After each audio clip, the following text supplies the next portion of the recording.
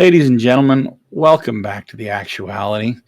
My name's Josh Wallace. I am GM here with Angels Citadel for the Soul's Direction and Invisible Sun Live Play. Invisible Sun's a game by Monte Cook Games, and this is the end.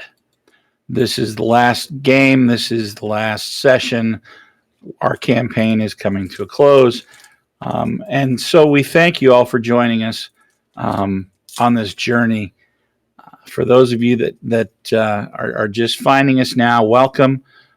We have all of our previous episodes up on our YouTube channel, and we can drop a link to that in the chat for you to take a look at as well. Or you can just go out to YouTube and search Angels Citadel and find us there and see the whole story of our four vislae and the situation that they find themselves in now. Let's go ahead and quick go around the room and introduce everybody. Kelton, why don't you go ahead and start us off? Hey everybody, I'm Kelton. You can find me places as Vesnerax if you can spell it. And I'm playing Billy Burrows. He's an empath, Order of Weavers, who is something else. Established, I think.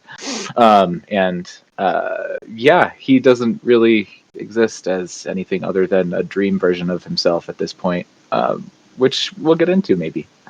And I'm excited. As much as I don't want this to end, I'm excited to see what happens, especially after hearing the recap of the episode that I missed, which sounds like the coolest episode ever. So I'm bummed about that, but let's go. All right. Chris, how about you? I'm Chris, Synth. I'm not anywhere, really, except on Discord. And I'm excited to see the end of everything. And my character, Sterling Price, is here for it.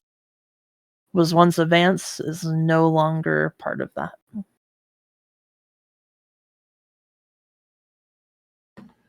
Excellent. Joanne? I'm Joanne Wallace, the other half of Angel Citadel. I'm playing Claire Thespian. Sorry, I'm dealing with technical difficulties. I'm playing Claire Thespian, a gallant goetic who carries a sooth deck and brandishes battle magic. I said that right? Yeah. It's been a hot minute, and my computer's being electronic. As it usually is. Last but not least, Jeff. Hi, my name is Jeff. I am Jeffrey Boring here on Discord. I play Albion J. Finch. He's an established Waveheart apostate who walks with the secret companion.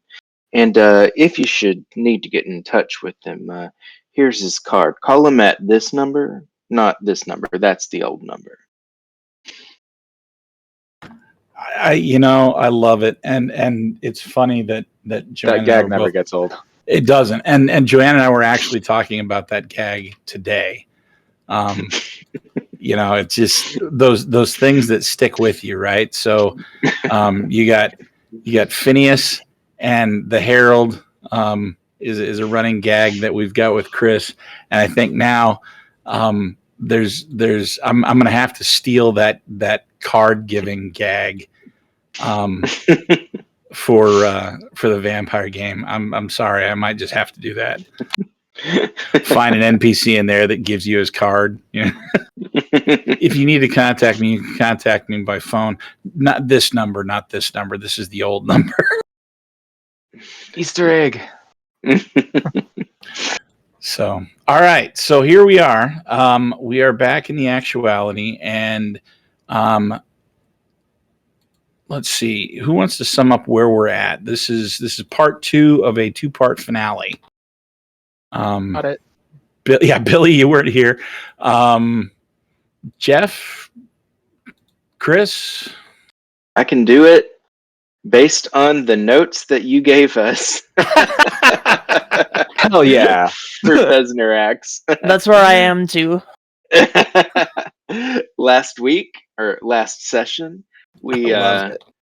we were able to learn the Bind the Black Cube spell, a level 14 spell as a ritual, and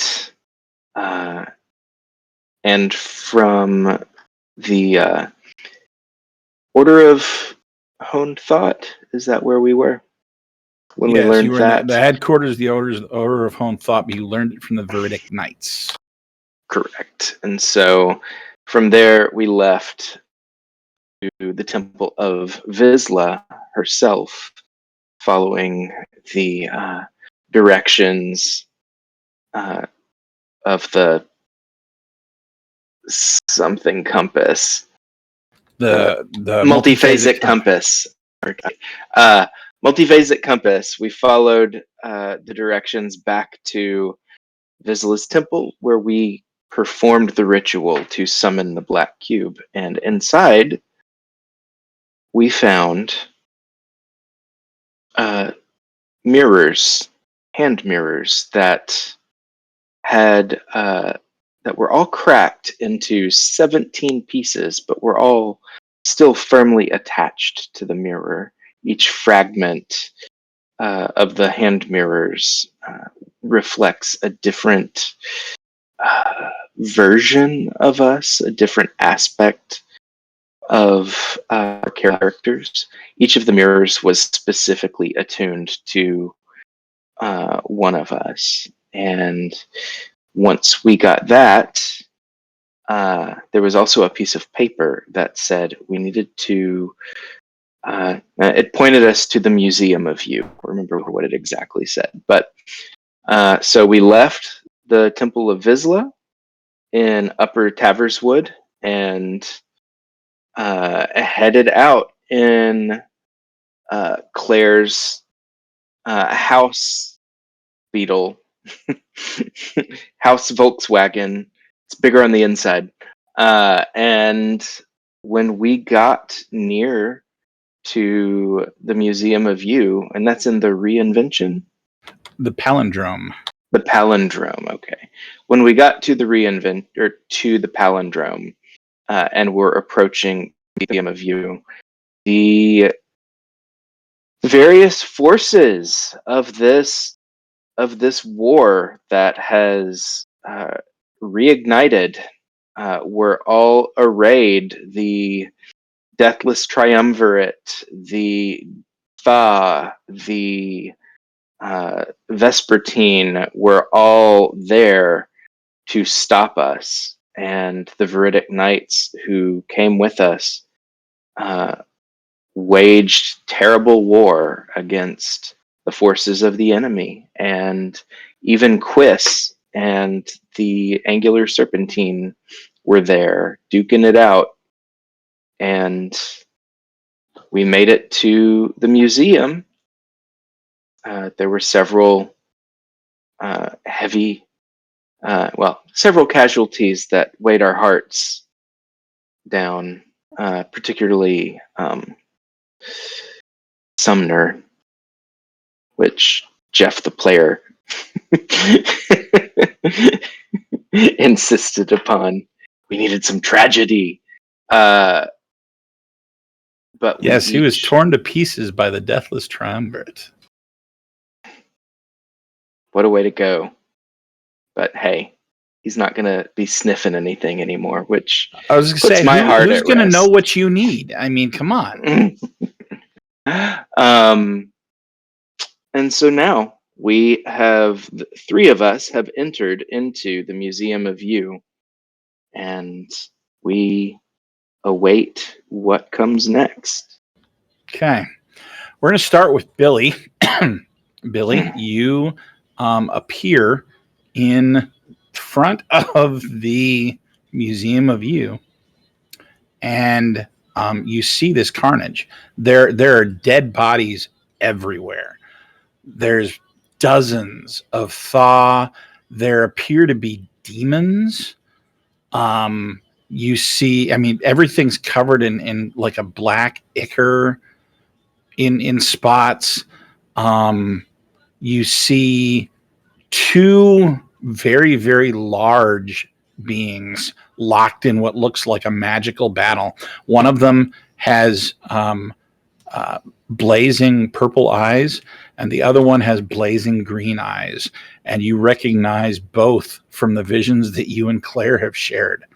The purple-eyed one is the angular serpentine, and the green-eyed one is Quiss, the Arabast that had been assigned to be the guardian of the gate for the Indigo and had disappeared so long ago. They had both gone to the Gray, and Quiss followed the angular serpentine back, and they are duking it out in Saturnine. You see a couple of people that you know to be members of the Deathless Triumvirate.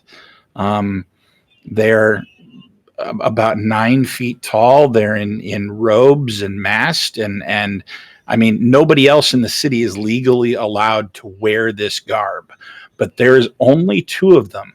The third is crumpled on the ground, and it looks like he's got a massive halberd through his chest.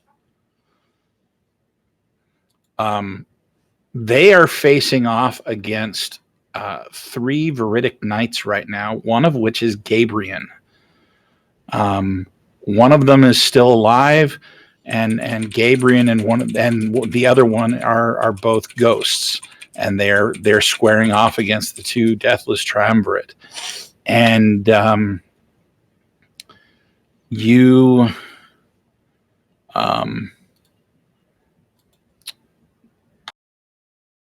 you see the rest of the Viridic Knights that are still alive. There's only 3 more. They're trying desperately to hold off the thaw. There is a path, and by path I don't mean like a stone path or anything like that. I mean there's like a hole between you and the door to this museum, and you see the door closing and what looks to be Albion entering the museum. You are about 150 feet away from where he is entering the museum. What do you do?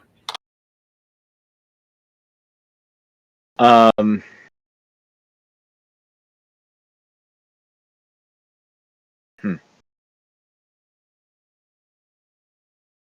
150 feet is not that much.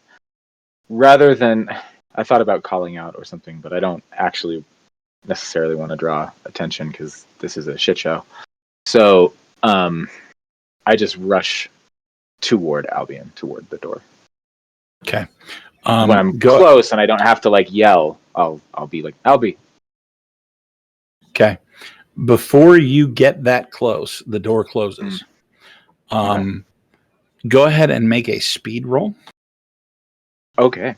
Oh fuck! I need dice. Give me 1 second. Yeah, sure. I got everything ready except for that.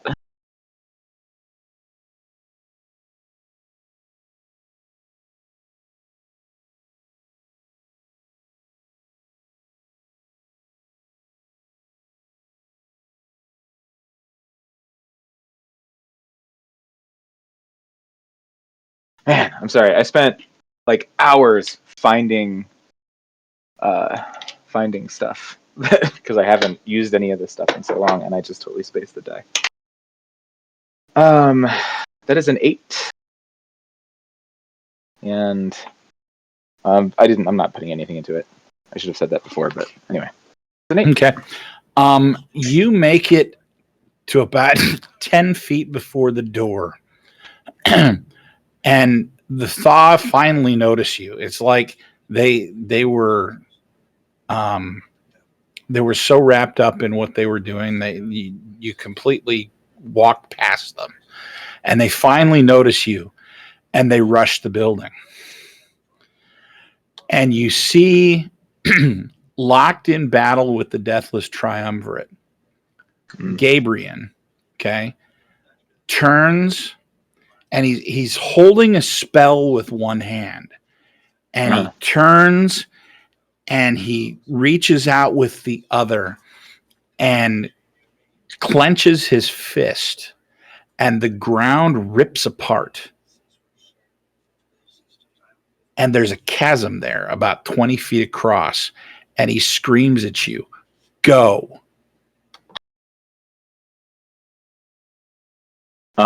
In that case, I go. Okay. You had mentioned in your introduction that you are not entirely existent on this plane. Talk to me a little bit about what you mean when you say that.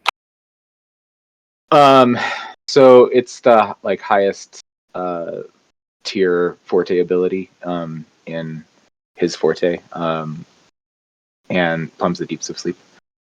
What is it called? It has a cool name. I just don't remember. Here. Sleepwalking is what it's called, and I'm actually, Shauna Germain and Monty Cook are better at explaining it than me. So I sleep forever, but can act while asleep. While I sleep, it is difficult to affect me mentally, so I gain +3 to resist defense rolls. I have influence over reality, like the control that a lucid dreamer has on a dream.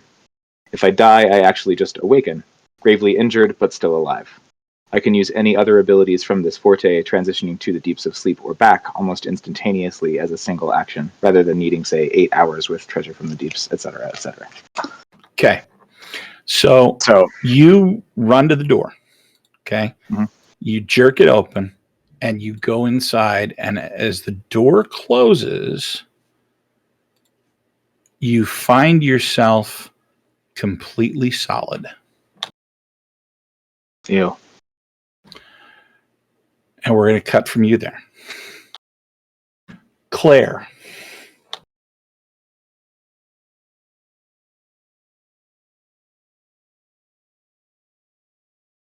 Yes. You walk into the museum with Narcariel. Yes. And you find yourself, instead of the word museum evokes a kind of imagery, doesn't it? It evokes a display case, nice soft jazz background music, or maybe welcome to the Hall of Presidents or something like that, right? With neat little benches that you can kind of sit on and look at stuff. This is not anything like that. You walk into this building and you find yourself in a massive audience chamber. There are, at the back where you enter, row upon row of theater style seating. And then when you get about halfway through the room, which is gigantic, down on the main floor, there are tables, each of them with 8 chairs around them. They're all empty. In fact, the entire room is empty. Go ahead and make a perception check.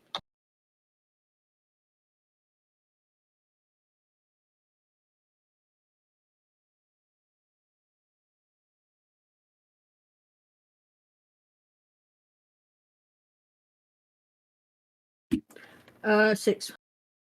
Okay. As you squint looking around, you see at the very far end of all the tables, in the center, before what looks to be a stage with a podium, there is a table unlike the others that appears to have something on it, but you can't quite tell what it is. Actually, 2 somethings on it.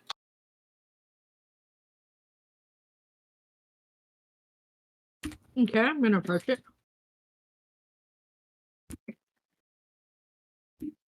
I am going to approach it, but I still have not let go of Narcario. Excuse me while I cough and die. You're not allowed. I hate this cold, man. Every year I get something like this. It sucks.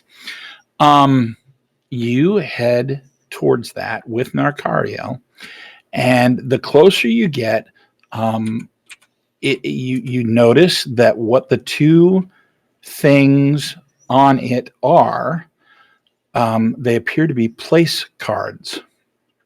And as you get close enough, you see on one card it says Claire Thespian, and on the other card it says Narcario.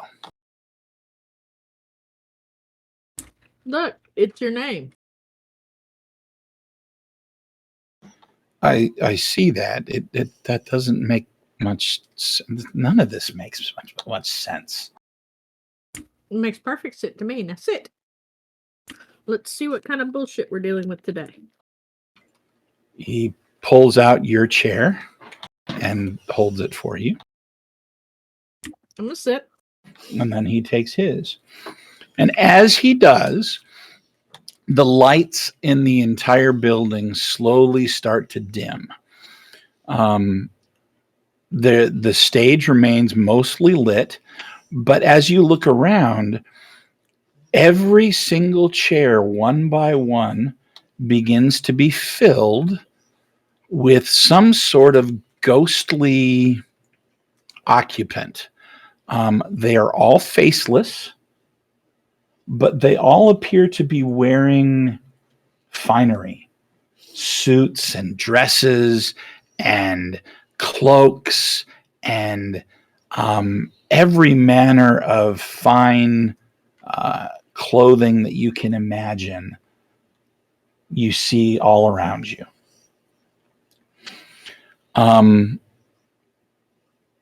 And as you look up at the stage, the curtains part, and there looks to be a massive screen of some sort. And it lights up, and you begin to see scenes from your life. Oh man. Now, Claire, if you would you tell me what the most what the proudest moment of your life has been?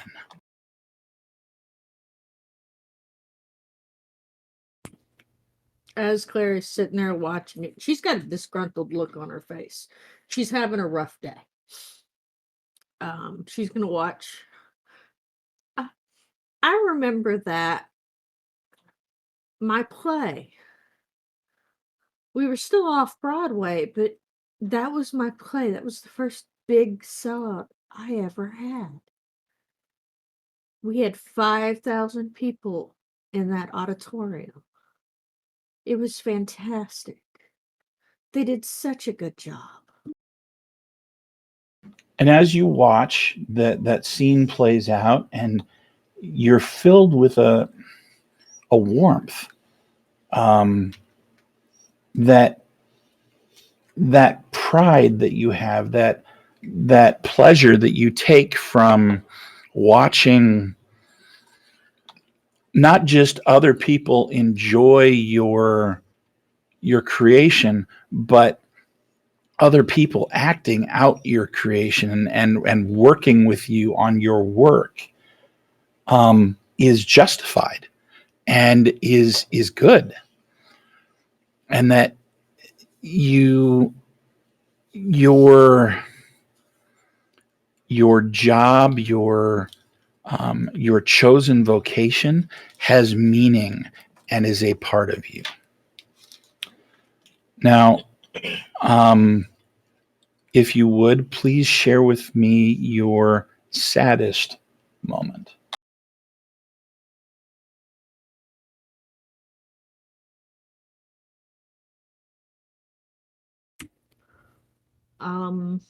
The screen lights up with an image of a charred opera house.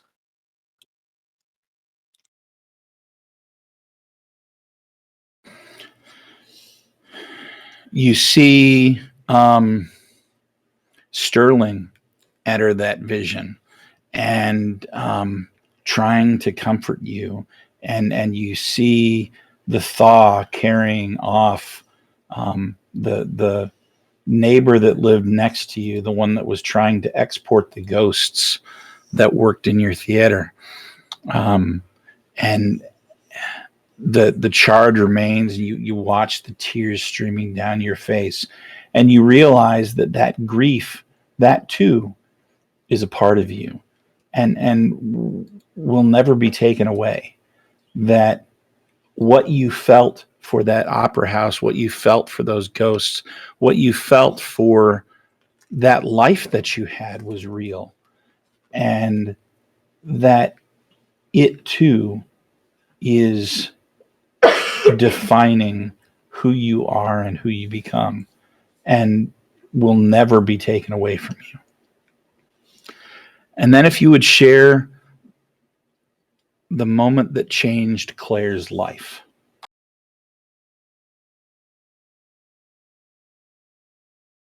The moment that changed Claire's life was when Billy cast the magic that brought back her sight through no small sacrifice of himself, and seeing the way he looked at me as his friend, and then seeing Narkariel standing against the wall watching over both of us. The love that Narkariel had, the love of my friend Billy, and finally having a place to be. You realize that family, and that your chosen family, is something that distance, that time, that even death cannot take away from you. As you go through this, it feels like hours pass. The hall is completely silent, which it seems somewhat odd to you, considering how loud the battle was outside. Yeah, as loud as the explosions were, not just right around the museum, but all over Saturnine.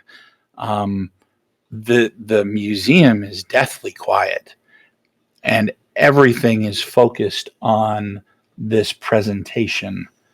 And after like I said, what seems like hours, it ends, and the lights in the museum come back up partially, but there is a spotlight that shines really brightly on the podium.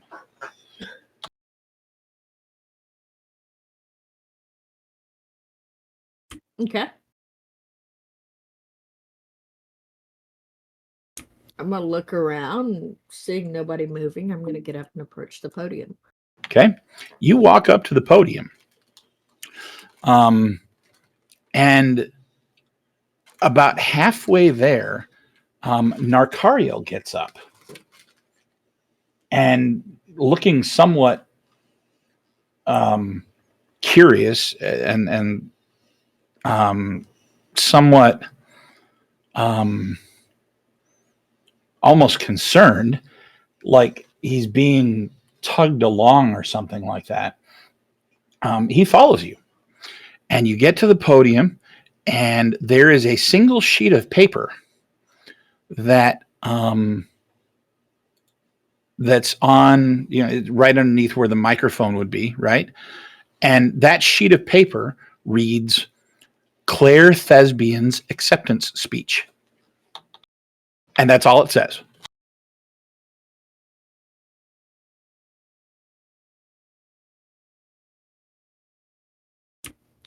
She's going to look at it, read it over again, flip it over, look There- under it, see if there's any other notes. There is nothing else. There's no prompts. There's no notes. All it says is Claire Thespian's acceptance speech. I'm going to look at Narkariel, look at the paper again. He shrugs at you. He has no idea what to do. This is so fucking weird. All right. I accept who I am and where I'm going. As you say that, there's a pulsing from where you're carrying the pieces of your soul. Very slow, very rhythmic, and unbidden, they float out of it. This is a backpack or a pouch or something. What are you using to carry it? Yeah, I had a little pouch. Okay, a little pouch. Okay, so they float out of these pieces of crystal and bits of things that you've collected from the different suns float out of this pouch, along with the mirror that you received from the black cube. And they start swirling around you in the air, each giving off a slightly different hue and pulsing in time with your heartbeat. And as they rise up over your head, they head back towards the back of the stage. And you see the light grow brighter and mix from multicolor into something approaching a bright white light. And there's a flash. And when the flash dims, there's a doorway. I'm going to take Narcario by the hand and head for the doorway. You open the doorway, I presume? Yeah, I'm going to open the doorway and walk through. You open the doorway and you lead Narcariel through. And then we'll cut to Albion. Albion. You walk into the Museum of You. And inside, as you enter, you see old-time television studio cameras. And they're lining kind of the outside of a wall, and it looks something like a sound stage, right? But the sound stage is fairly open. You see a lot of masked people.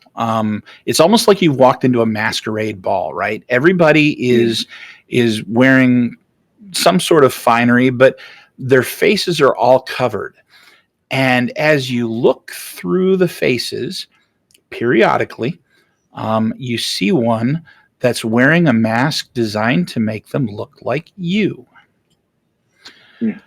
There is a massive chandelier hanging over the area. You see the floor is hardwood and very, very fine hardwood. Like the old dance halls in royal castles, right, in Europe. The walls are all a deep maroon. And there's candles lit all along the way. You see around periodically you'll see someone wearing a blank mask that's dressed in a black suit. They've all got silver trays, like they're looking to collect champagne glass flutes or something like that. But you see all of these cameras, and they are all lit up, and they appear to be running. As you walk past the ring of cameras, you see a massive, not a neon, but a lit sign that looks almost like the old time game show signs. Where they would name the show, right? and it says, "This is your life."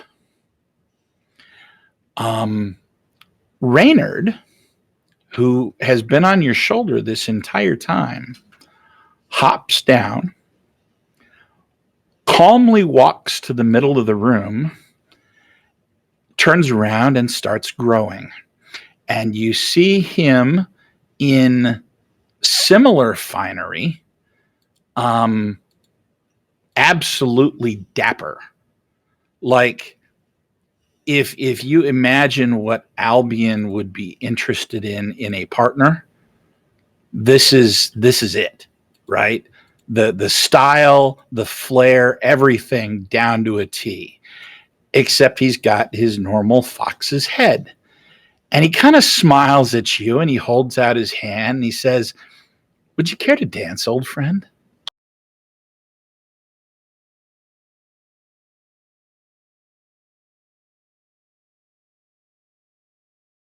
Yes, sure, Rainer. I'd be happy to. And as you say that, a very soft orchestral music fills the room. You don't see an orchestra, all right, but you do. The middle of the room is absolutely open, and he's standing in the center of it, and he's beckoning to you, and you walk out to him, right? And as you're walking out, it slowly gets louder and louder until it's that background din of a classical ballroom dance, right? And he takes your hand and he spins you into him, and you two start dancing. And as you start dancing, everybody else in the room starts dancing. Now, Albion, your proudest moment. Albion's proudest moment was when he grew up in a fairly poor family, pretty much all nuns, and he had been recognized by vislae from the Vancian campus as someone who could become a vislae, and he'd wanted that. He'd wanted that as soon as he'd heard it, because he had always dreamed of becoming something more. And though he loved his family dearly, it became something of a sticking point. His father, in particular, did not care for the way vislae walked around the city as though they owned the place. He did not care for the way that the vislae lorded their status over everyone else. And Albion tried to explain to him, no, it's not the vislae, it's some vislae. Just like it's some very wealthy nuns that walk around with their affectations and their extravagance, lording it over everybody. It's just people, Pop. It's just people. But his father would not let him be part of that life. Until one day his father found schematics that Albion had been drawing. And it's weird because Albion doesn't remember this exactly, the Albion we have here in front of us. But he does. How could he have forgotten this? That he had decided to be a maker, and he'd drawn up these schematics for something that would have been an incredible advancement for just everyday living. The nuns, the vislae, the angels, the demons, didn't matter. It was an idea. His father tried to tear it in half with his "no son of mine" speech, but Albion stood up and, with a great weight in his heart, shoved back against his father and said, I can't live under your roof. I can't live under your expectations. And he took his schematics. And as he was walking out the door, his father said, if you walk out, you're not part of this family anymore. And without even hesitating, Albion walked out of the house. And that was the first time he'd ever stood up to his father. And as he stormed out of the house, that was the day that he met Raynard. Okay. So you know how in a ballet you often see things acted out in dance, right? As you're dancing with Raynard, you see a the crowd clearing out until the area in the center of the room where you're dancing with Raynard is empty except for one other group. And that other group looks to be acting out that particular scene in dance. As you watch, you know exactly what's going on. And you feel all the emotion that you felt then now. And you realize that that regardless of who you are or what version of yourself that is presenting, standing up for what is right, for what you believe in, is something that you've always felt drawn to do. Even if the personal cost is high. And it occurs to you that this civil war is no different. You have lost a lot of people have, but doing what is right, what is necessary, is who you have to be. Like there's no other option. It's written into who you are. What was your most devastating moment? Albion's most devastating moment, and it's interesting because it plays out across a number of different memories. Albion is in this place and he's remembering his life, but some parts of his life seem like the life of somebody else. But in every single one of these lives that he has lived that are part of who he is, every single one of them, he returns from shadow. And he tries to go to find his family's home. he hadn't returned to see his father again after he left. His little sister,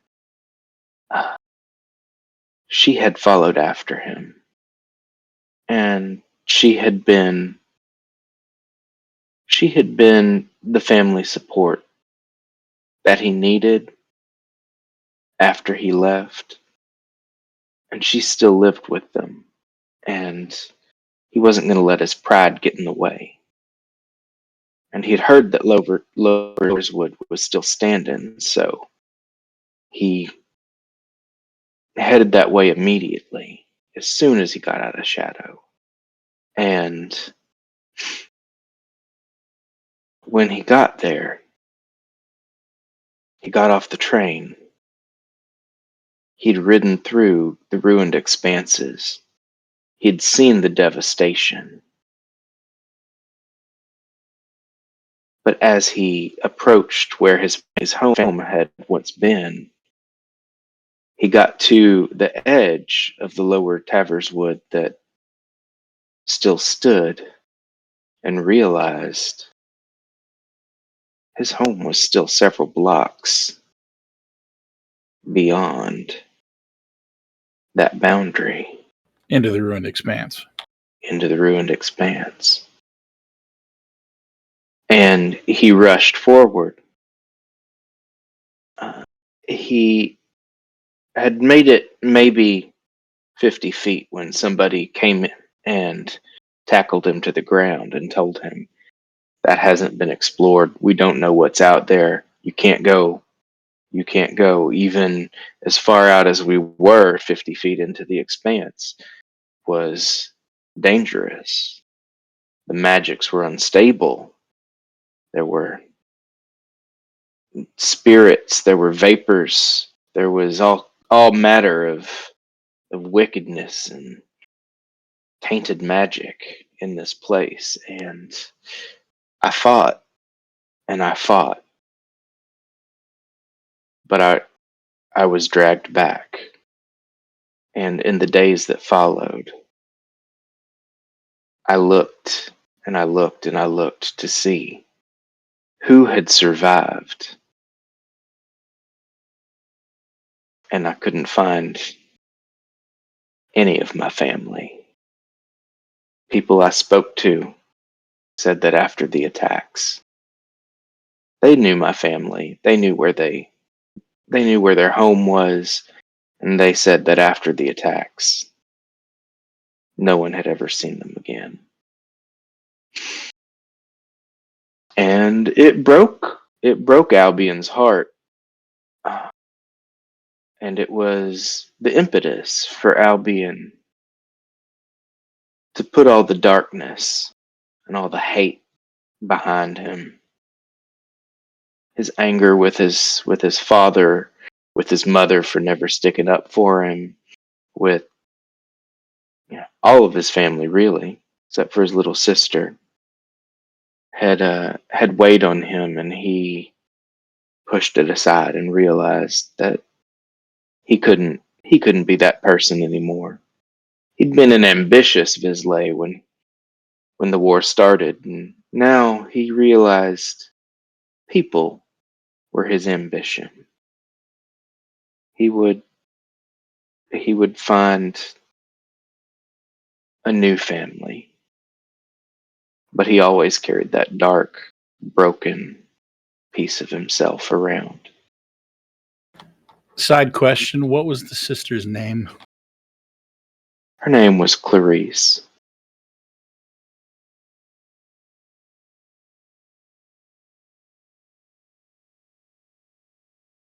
Okay.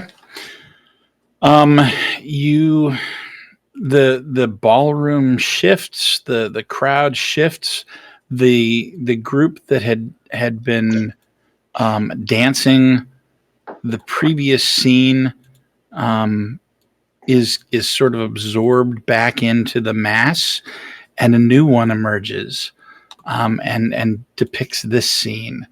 And this keeps happening, right? So scene after scene after scene of your life, and you recognize them all. I'm just trying to pick a few here. you watch this happen, and you realize that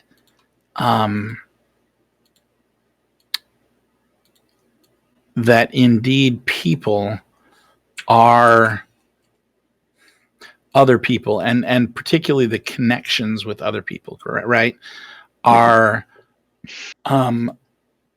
probably the most valuable treasure that you can possess, whether those are blood or chosen friends and associates, or even sometimes strangers. um let's face it, you remember Sumner, and while the two of you weren't very close, the idea that somebody would rip him apart with magic in a very torturous way really offends you. And that connection that you had with him, even though it wasn't much, and it was somewhat creepy at times, was still a human connection, and it was still something valuable that's not there anymore because somebody decided to end that. So that occurs to you as you watch. Last one, the moment that changed your life forever. The moment that changed Albion's life forever is it's a blink and you miss it moment if you're watching from the outside in. Albion had borrowed Tales of the Arabast from Claire and had brought it home. And the night in question, Albion was reading through it. Reynard was sitting on his shoulder, reading along, and as they were reading, two of them realized that they had been hoodwinked. They didn't know by whom. They would figure that out eventually.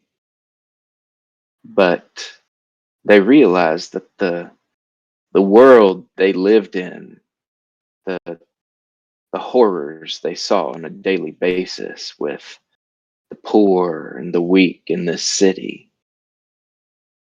the things they tried to help when they could, were things that were not necessarily a part of the world before the war. These were things that had been brought into the world by the enemy.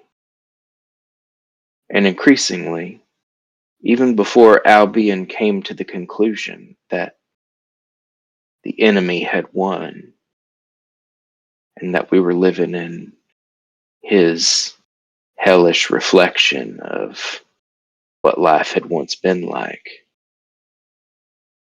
Even before that, Albion was reading this and understanding that life was not supposed to be this way, and that there were not many people in this world who held the understanding in their hands the way that he did in that moment.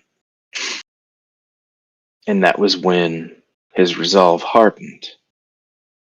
And across every iteration, every aspect of Albion in that moment, Albion's soul hardened and became a weapon. Maybe not a violent weapon, but a weapon to be used to unmake the terrible outcome of the war. to unmake this vision inflicted upon the world by the enemy. And that was the moment that changed Albion's life. You see that scene play out as well with a different group of celebrants. And this goes on for what feels like several hours to you. Your feet don't tire. In between the scenes, your dancing with Reynard is pleasant and friendly. And at the end, the music fades, and the celebrants kind of back away and leave you in the center with Reynard. And he reaches into the pocket that you have, that you're carrying that mirror. And he holds it up with the mirror side towards you. And he says, "Look, they're all you. All of this is you. Do you see? Do you understand?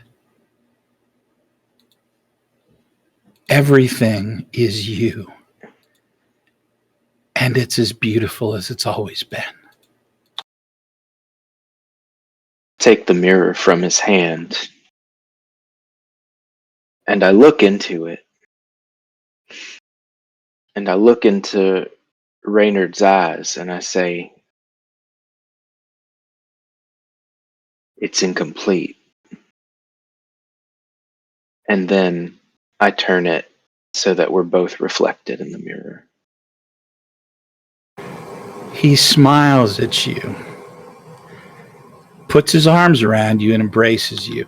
And the fox licks your cheek. And as you do, the pieces of your soul begin to float out of whatever container you're carrying them in. And the mirror floats out of your hand, and it dances around the two of you. And it floats up above your head and then slowly moves away. And as it does, the crowd where it's moving towards parts. And through about 50 feet of crowd, it stops, and the disparate colors blend together into a bright white, and you see a flash, and then there's a door.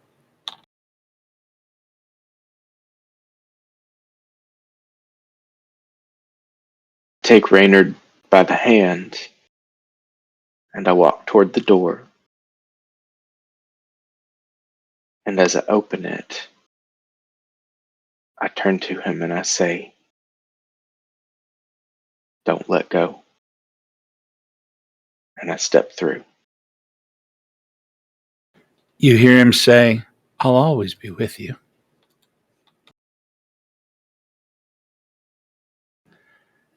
Chris, Sterling, Tough act to follow.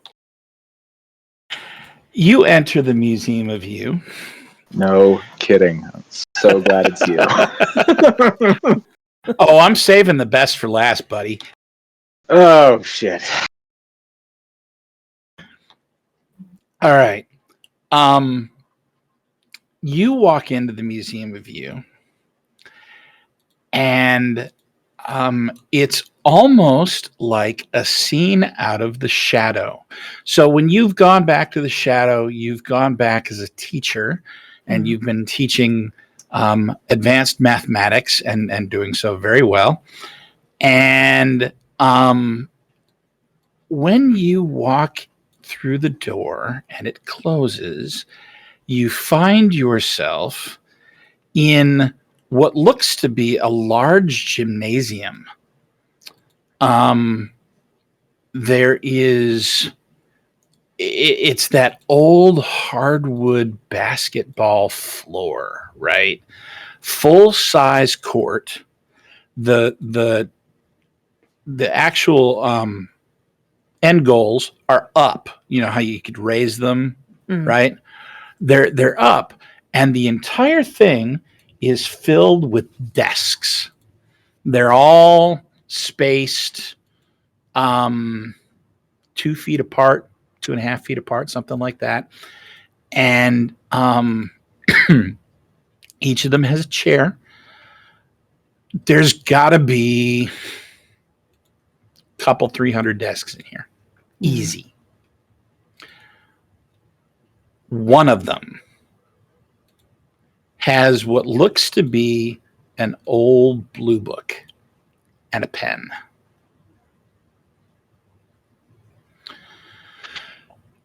Up on one side of the room,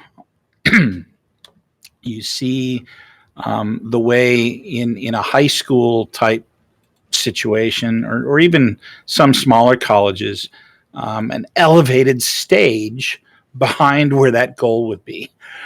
The curtains open, and there is a desk off to one side and a figure sitting at the desk. You hear that figure utter one word: sit.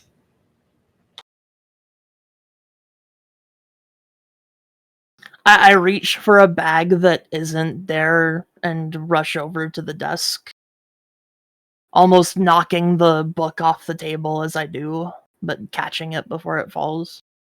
Make a perception check as well. Okay.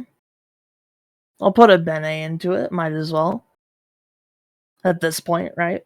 Yep. 8, 9 with bene. Okay. The voice, though you can't see who it is, they appear to be in a robe, and the cowl is up over their head. But the voice sounds suspiciously like your mother.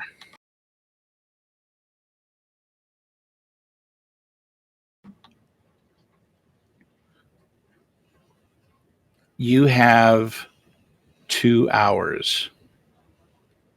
Begin. And as they say begin, you see a projector screen behind them on the stage light up.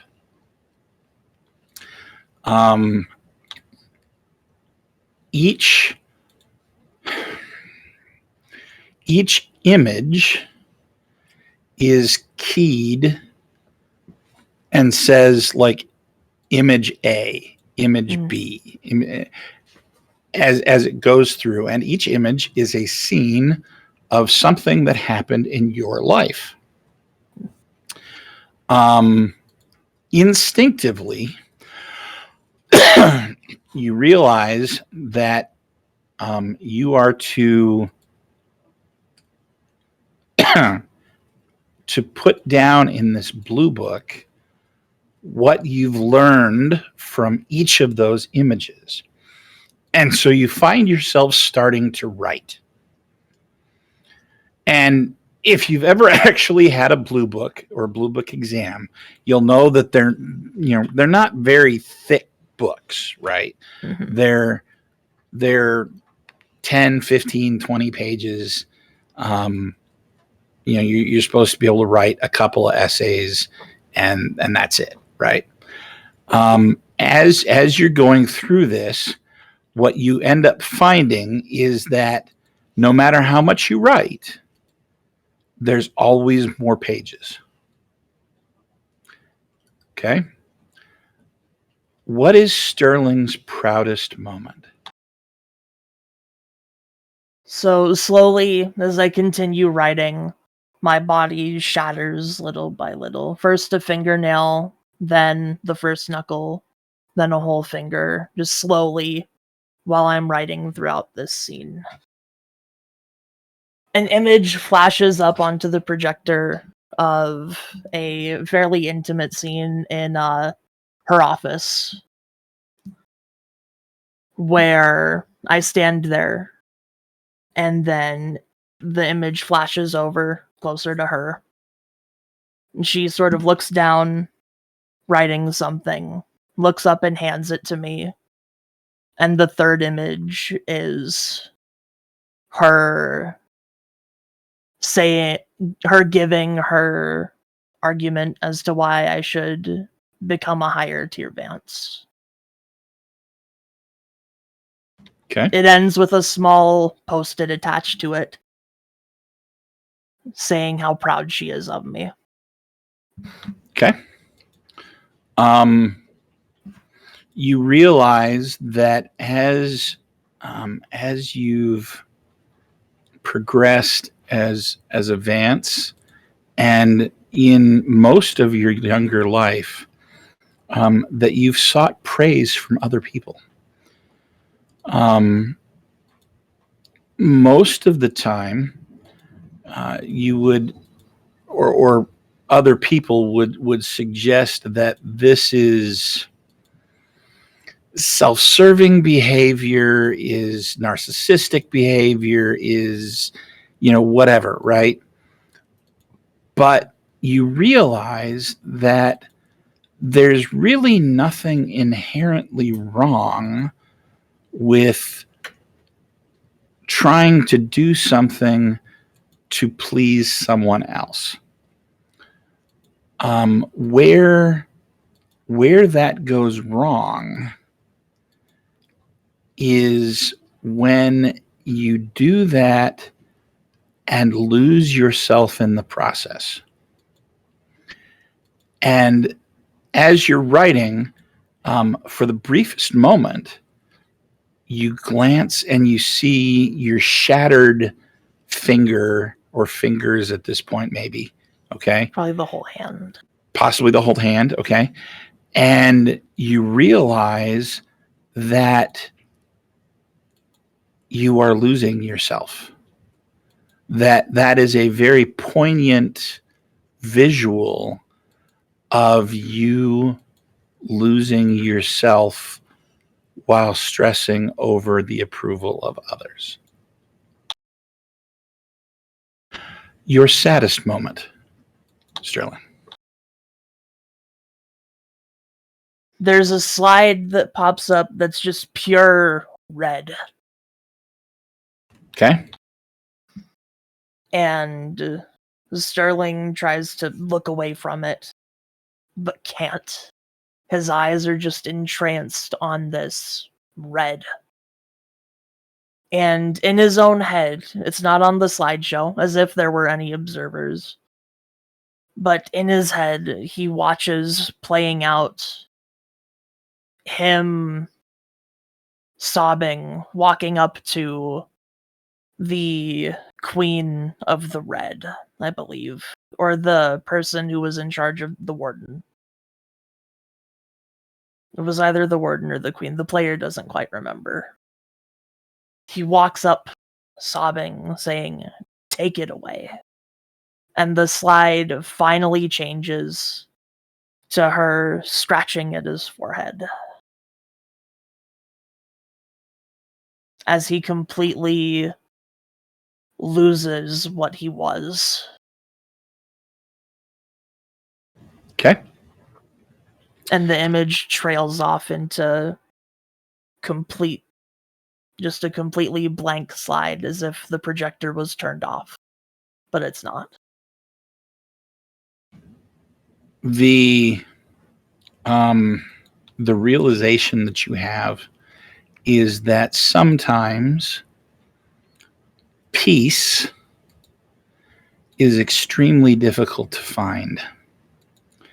And often, the more and more difficult it is to find, the more and more desperate someone who needs it will seek after it. And the greater the lengths that they are willing to go to. And if you can offer peace to someone who needs it, that may just be everything to that person. Lastly, the moment that changed your life. We see a picture of Sterling sitting on this street corner, a bit younger, not by much. Before he ever became a Vance, his robes aren't on him. He's wearing this sort of plain dark blue outfit, and he has a small marble in his hand, and he chucks it out, and we see another image of the marble rolling up into someone's shoe. And then another image up, panned out, of Sterling walking over, picking it up, and finding Albion. Albion hands him a card, and it pans to show the card before he got the new number. And they shake hands, and it slowly just starts playing this animation of people that he's met since then, and the lives that Sterling's touched more so directly than not, either positively or negatively.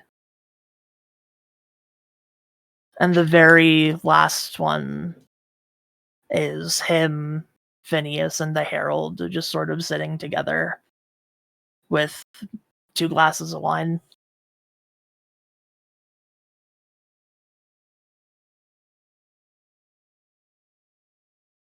On seeing this, his hand kind of reforms, and he slowly starts unshattering, as if he's realizing that he had this piece all along, but didn't acknowledge it.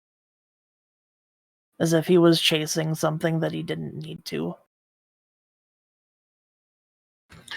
So you realize that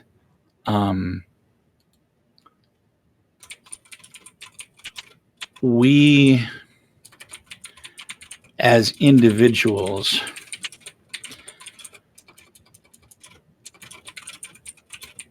can be whole in a sense by ourselves. But there is a completely other level of wholeness that that comes from finding other people and touching their lives and having them touch yours. And the people that you see in this procession, this series of slides at this point,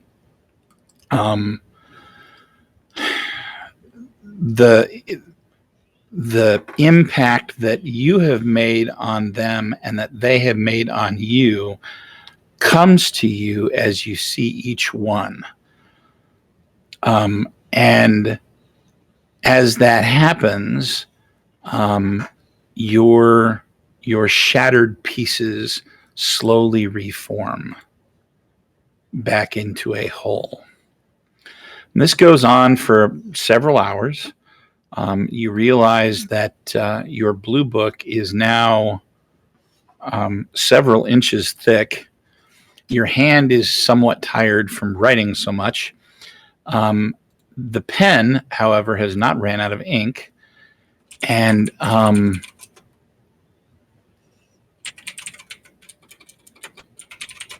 when you're finished, you close the book and notice something on the front of it that you didn't really notice before. It is there's a line that says name.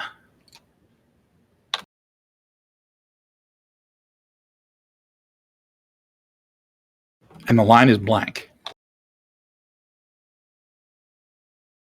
He takes the pen and with a very small but shaky flourish signs it Sterling J. Price. As you do, the pieces of your soul in whatever you were carrying them in, along with the mirror, begin throbbing in different hues in time with your heart. And they float up out of that container and begin spinning around you. As they reach the top of your head, they slowly move towards the stage. And at the back of the stage, in front of the screen that was there, that is no longer lit up, they kind of come together, and the different hues all blend into a bright white, and there's a flash, and then there's a door.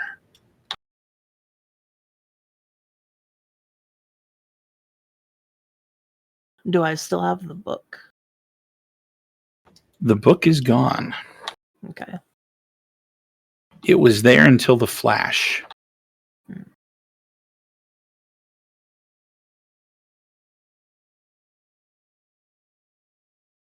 I slide a piece of paper out of my pocket, look at it, smile, then walk through the door. Okay. Billy.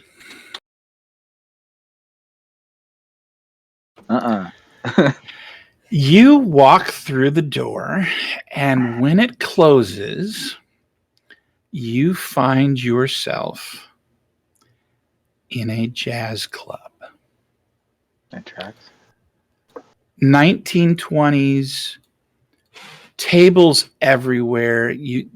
There are dozens of people here, and they're all dressed to the nines. Everybody's drinking gin and martinis, and there's food everywhere, and it smells wonderful. And you see there's a band on the stage down below, and in the center there's a dancing area, and they're doing a set right now. It's a beautiful, beautiful black woman, and she's got this voice that's to die for, and she's being backed up by some drums and some brass and a piano, and it's freaking amazing, right? The places that you've played in, wish that in 50 generations they might grow up to be this place. Okay. You're used to back hole bars and speakeasies and things like that. This is high class, ritzy, holy crap, this is money. Yeah, this is like Billie Holiday in Yes. somewhere in New York, in like Manhattan. Yeah. Yeah. And as you walk in, you're listening to this for a while and just kind of taking in the ambiance. They finished their set. Okay. And the guy that would normally, announce the next person in the program or whatever, right? The entertainment for the evening. He gets up on stage and he gets behind the big mic, right? The giant circle mic with the thing in the center, and it's wire bound and all that jazz, right? And he gets up behind that and he says, "Ladies and gentlemen, we're grateful for," and he names off a name for her, and if we want, we can make one up, but that's fine. Tonight we've got a special guest, and we'd love to introduce you to Billy Burrows, who will be playing trumpet for us. Billy, come on down.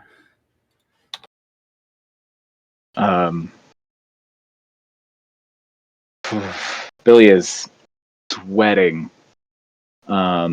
just so nervous, all of a sudden, and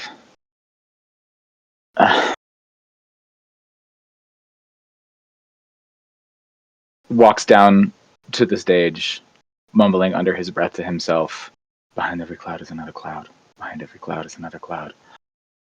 But nobody can hear it. But he takes the stage with this resolve that he's learned in just the last little while, really.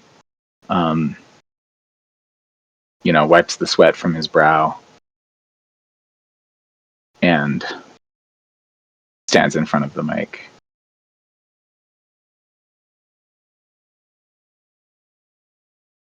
And I'm assuming at this point there is no more direction. Do they say anything else, or are people just waiting for him to do something? They do not. They appear to be waiting for you to do something. You do notice that on the stool next to you, and you didn't see it there before, is your trumpet case. Billy opens the trumpet case. It's yours. He takes out the trumpet. He feels better already. And he plays a slow, dark dirge of a song. I think he's blending like sorrowful Mixolydian scale, like Indian kind of music with like American, like sad American folk music, but in a way that's freeform enough that it's still kind of jazz. Okay. And it's slow and it's kind of long, and unless something happens, he does that until it's finished. No, nothing happens until he gets it out. Whatever the emotions he's trying to get out, until he finishes it. You play, and everybody in the place is watching you with rapt attention.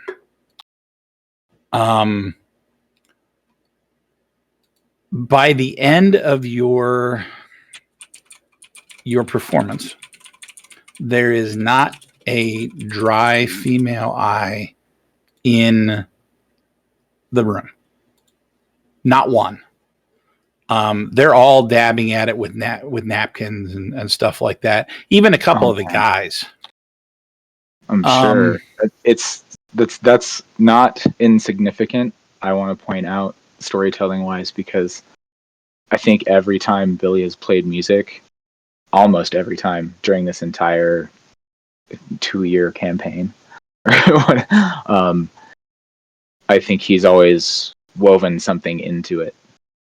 But I want to point out that I very purposefully did not even try. He just played his fucking heart out.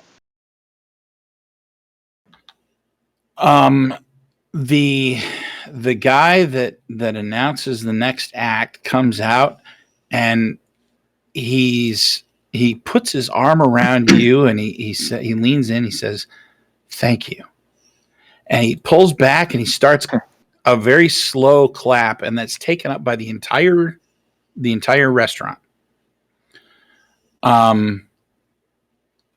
Ladies and gentlemen, Billy Burrows.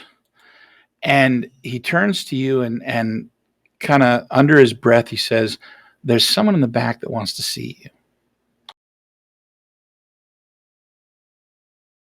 Yeah, I'd like to get off the stage. Okay.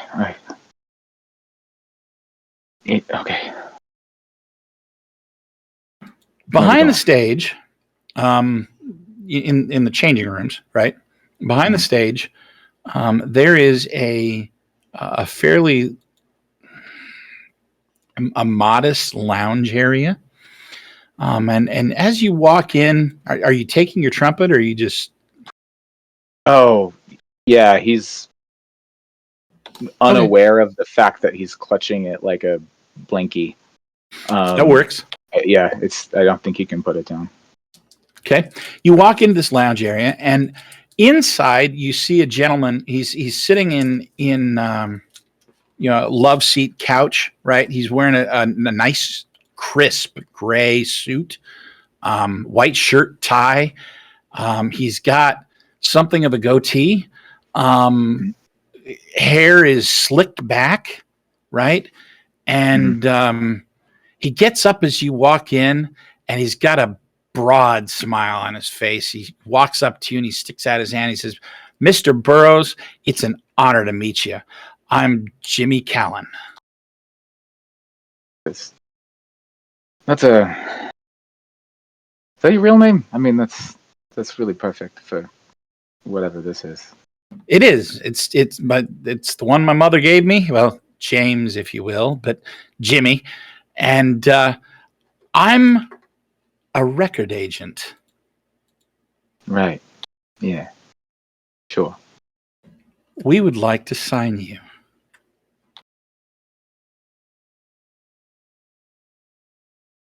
I'm not sure this is real, so let's go with it. Yeah, sure. Wonderful. Please come in, sit down. Can I get you a drink? The gin here is excellent. Yeah, that sounds about right. Yeah, I'll take like a bottle. Olives or Certainly. Please. okay? And he mixes you up a drink and hands you a drink and a couple olives and sits down opposite you, and he takes his own drink and he sips it. He's just smiling. Billy just downs the first one. Just there you go. He still pours you another one. I mean, he said there's really no. You don't sense any real underhandedness or anything like that. It's just he's a very extroverted personality, right? Exactly like you'd imagine a record agent to be. Right. It's I think that it might be worth saying, like, the source of Billy's semi-crippling anxiety right now is that this is Invisible Sun. Like, we are in Saturnine. It's the most surreal thing ever, right? But this almost too normal, incredibly normal scene, like from a television show, which is perfect, is the most surreal thing he's experienced since he got here. Okay, and fair enough. It's because it's also that guy is exactly the guy he should be, and it's all somehow, I think, a little bit frightening to him. Okay, because of that. That's fair enough. He sits down after fixing you a second drink and handing it to you, and he says, "So I've got the contract," and he pulls out a folder, and it's a thick pile of papers, right? And we can get to that. I wanted to talk to you a little bit about who you are and a little bit about your story. We're already starting to put together the publicist strategy, interviews and newspaper articles and magazines and all of that. We want to make this big, like really big, and I want to get some idea who Billy Burroughs really is. I mean, deep down, so we can set this up right. You know what I mean? All right. What do you want to know? He pulls out a notebook. One of those big reporter top ring bound notebooks, and and a pen. And he flips it open, and he goes to write, like he's getting ready to take dictation. He says, "Tell me about your proudest moment, Billy. What's the thing that you go to when you think about, golly, I did a good job there." Well,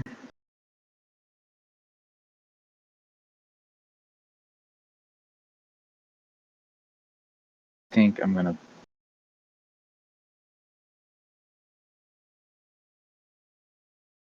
Okay, out of character. This is slightly frustrating. Thank you, Joanne. Because I pre-planned to some extent my answers. And my answer to this one is when Billy gave Claire her sight again. So rather than telling it in his voice, I think I'm going to tell it in, and this is going to be the shortest one of all of them because it's kind of already been dealt with, and Claire did a beautiful job with it. But there was a lot of, well, no, fuck it, I could do it in character too. There was a lot of, learning to be in the actuality and learning to wield power or whatever. And I'm not really certain I did it all for good, you know? Like I calmed people down. I did certain things. But to actually make a difference like that, it made me realize I had a family again, which is something I never really had at all. So perhaps again is the wrong word. But it meant something to me. It meant a lot. And I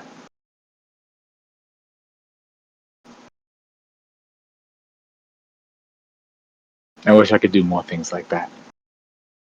I really do. And you see Jimmy, he's nodding and he's his hands flying across this paper, right? You see he's very much actively listening to you, right? And trying to make sure that he gets not just the event but the nuance behind it. He asks you a few more questions, and then tell me about your saddest moment. You know, like the thing that you really just don't want to think about because it breaks your heart every time. For this one, Billy's not going to speak at all. He's going to close his eyes and he's going to, make a very, very simple weave to just share the images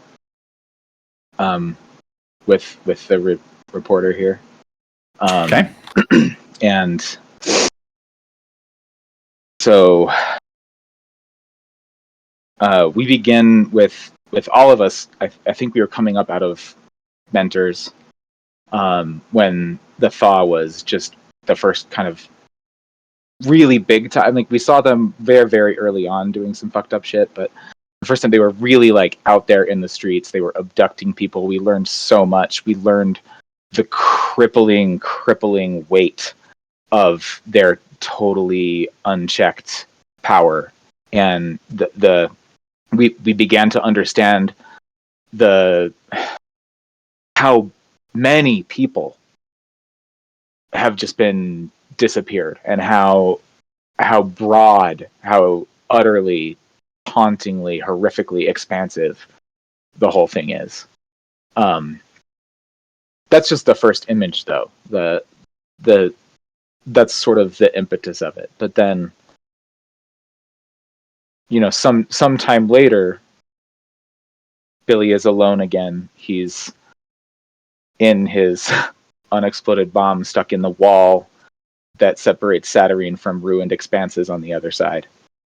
But he's not inside. He's standing on top of the bomb sticking out of the wall, and he sort of just floats up to the edge of the wall, and he sits on it, and he looks down at the ruined expanse for hours.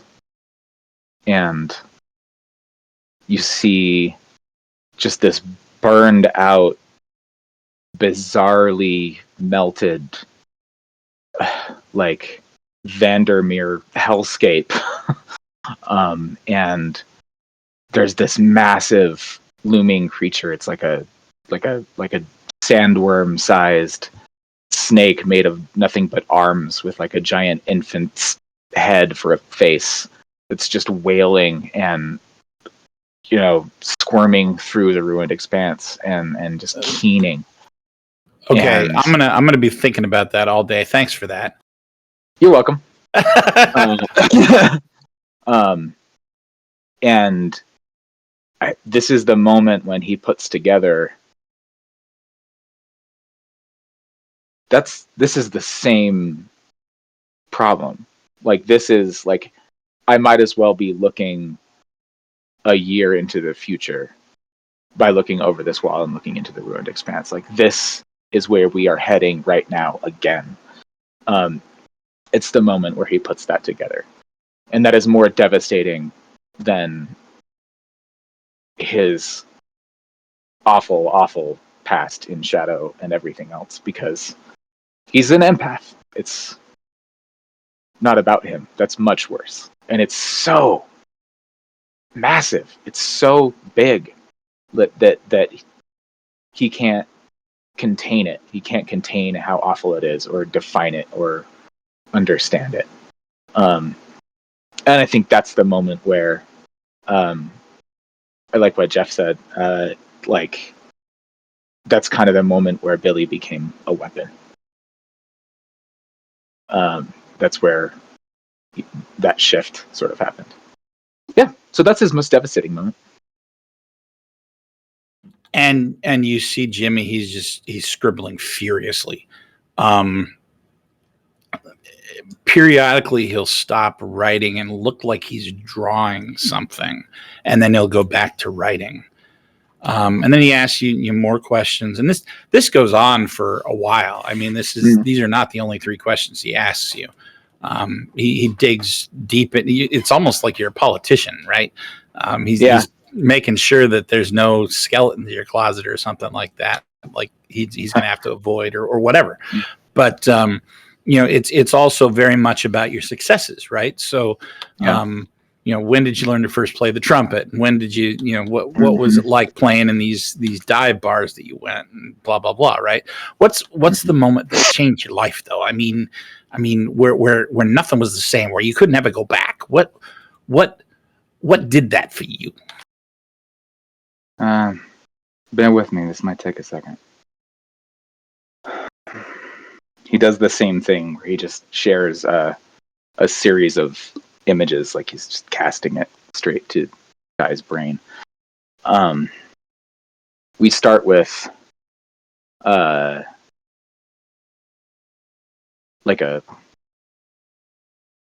sort of close-up shot of a linoleum floor, with, like, you can see like the cheap, like, metal small kitchen table, like the bottom of it, the small kitchen table, and the metal chairs that probably have that like polyvinyl, slightly glittery blue color, Yep.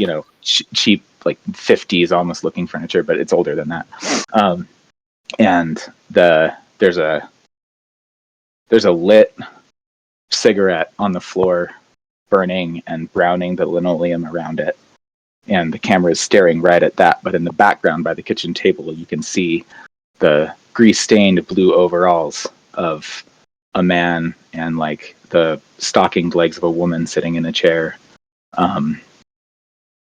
And you hear the first slap and the "what the fuck," and the woman whimpers.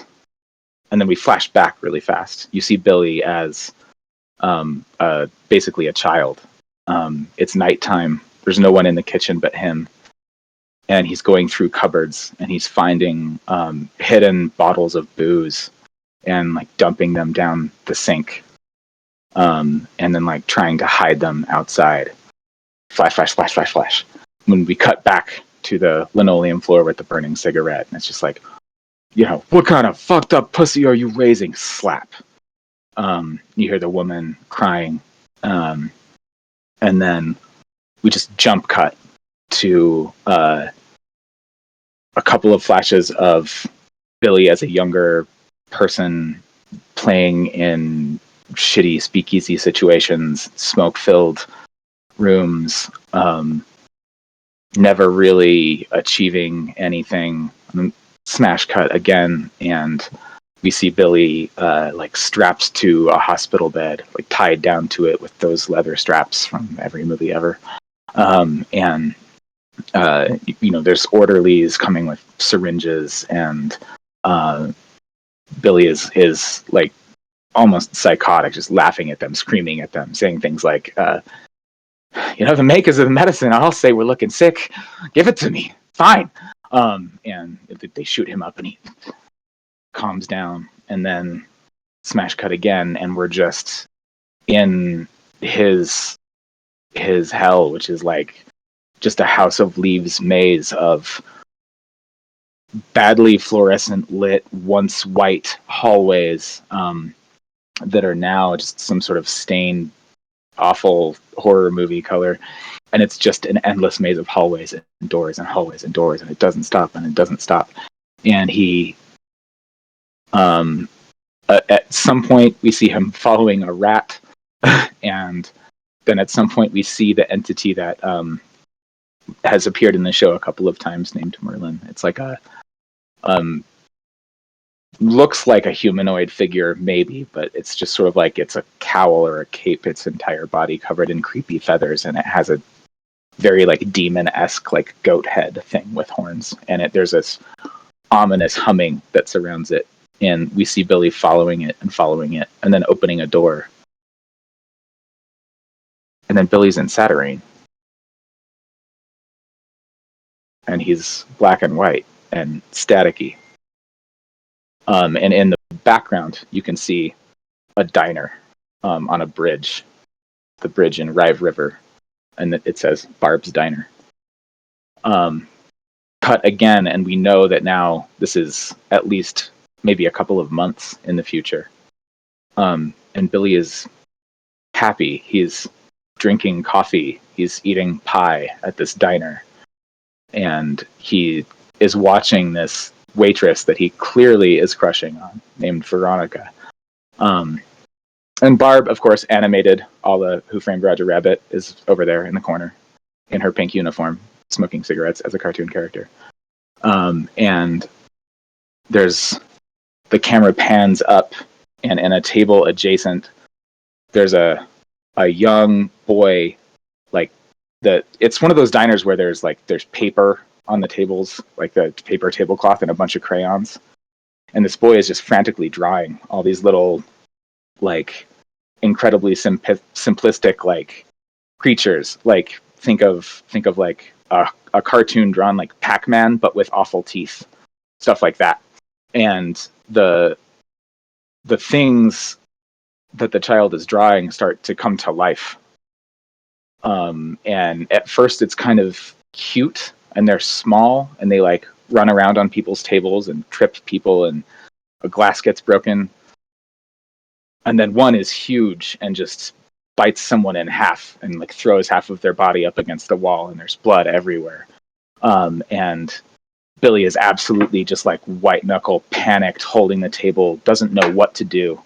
And we know that he knows that that magic exists or whatever. And he's talked to Weavers at this point, but he hasn't done anything.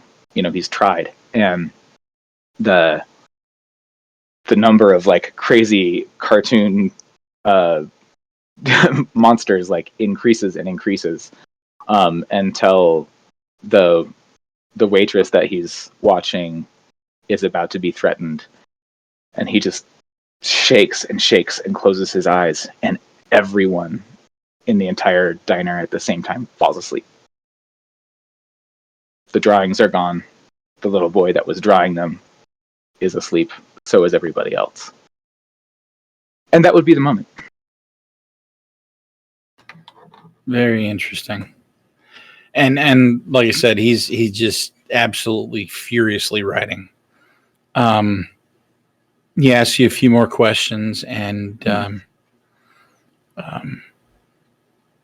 then he hands you the contract, and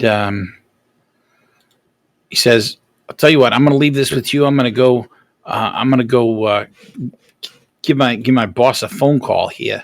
Why don't you read this contract over and sign it, and we can get started."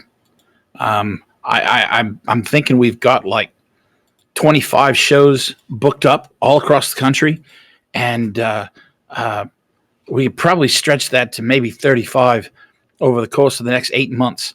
But do you have any suits? I mean, do you have anything like What? for, or do I need to buy you a suit?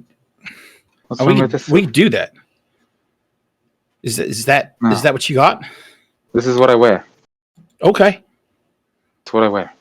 He kind of looks at you critically for a moment. He says, I can work with that. I can work with that. And he hands you the contract, and he says, you take a look at this. You have yourself a drink. Yeah. And Sure. let me go give them a call. Give it away. And he walks out of the room, and as he does, the pieces of your soul and the mirror, there's a mirror that wasn't there before. I was wondering when that was going to come into play. Yes. Begin pulsing in time with your heart and float up and out of whatever you're carrying them, and begin to swirl around the couch and up and over your head and float through the air almost as if in time with the music that you'd played. And you see them multicolor and pulsing in time and in light, and they get closer together, and the light kind of blends together until it's a white, and then there's a large flash, and over against the wall there's a door where there wasn't one before.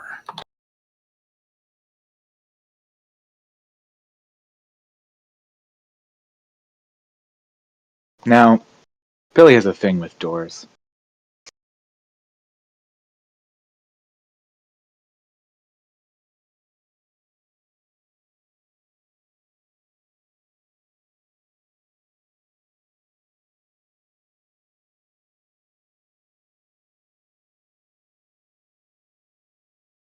A little bit of technical difficulties here, folks.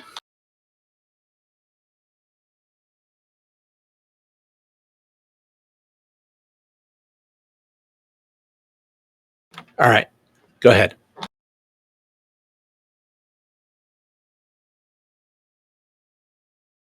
A little bit calmer now, but still weirdly afraid of doors. Billy approaches the door. Like his hand stops around the doorknob. Mhm. And then the resolve to just move on, because that was too much, wins over, and he opens the door. Okay. You all step through the doors, and the world falls away. You find yourself on what looks and feels like a sea of glass. It is the purest and clearest material that you have ever seen and ever touched. There is a soft white light that seems to be glowing off of it, enough to give it a bit of substance. Through the glass, you can see the light at different angles split into rainbow, and so you've got this weird mix of white and split colors that almost looks like a kaleidoscope, and it's utterly beautiful. And as you walk out through the door, you look around and you find each other. You are all there, and you you find each other at the same time. The one thing that you notice, well, actually, two things that you notice rather immediately. First, all of you can see Reynard, and he is a 6 foot tall anthropomorphic fox with a fox's head, but a humanoid body with paws. He's wearing extremely dapper clothing, like really expensive, like Albion would get. And he's got his arm around Albion's shoulders and is looking around and smiling. And the other thing that you notice is that you see Narcario. Now, what we didn't cover in the recap from last session, and I'll cover it now. As you recall, the journey from Upper Taversworth to the museum was something of a running battle. During that battle, you needed some help, and so Claire called and asked for help from her father, the King of Demons, Aroeth. And if you remember, Aroeth is somewhat of a short man, always dressed in white suit, white pants, white shoes, with a cane, white hair. Okay. And he came and he helped. What you notice now is that Narcario looks exactly like Aroeth, except that he's not looking like her dad, right? He too has a white shirt, white suit, white pants, white shoes, white hair, no cane. And Claire has her arm looped through his, and he's looking around like he expects to be in flames at any second.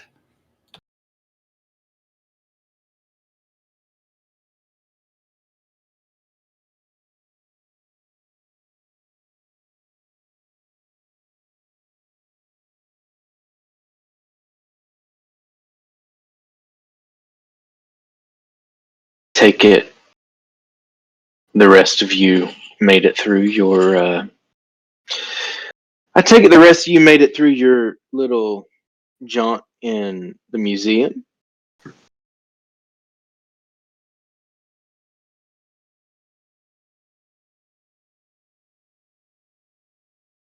Some sort of test.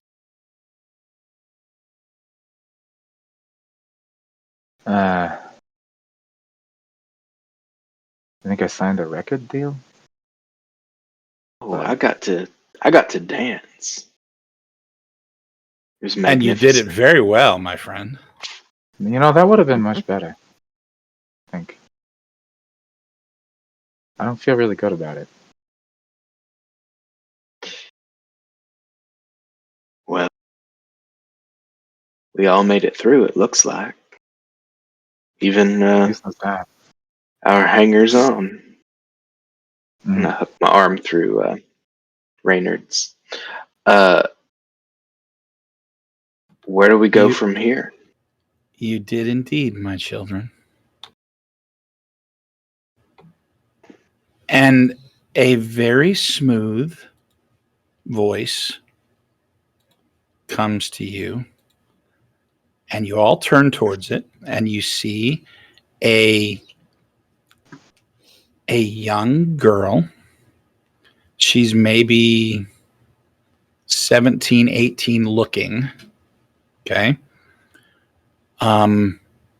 dressed in a vibrant,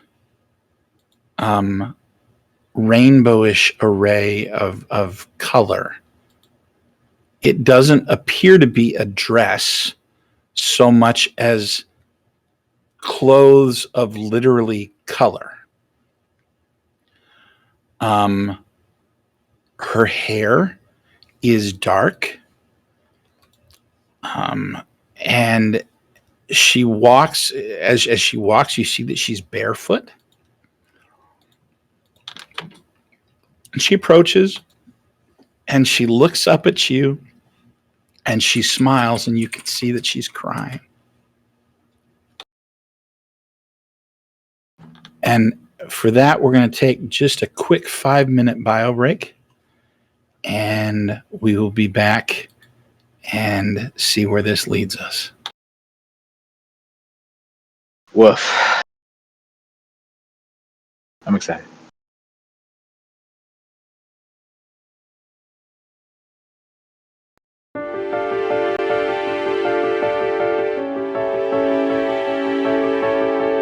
Buddy. It was very feely. All the feels. It was supposed to be. Yeah. It worked. Yeah. It worked. That's all I got to felt say. like- Yep. I That's all regret we need to say. making Sterling more of a self-insert than not.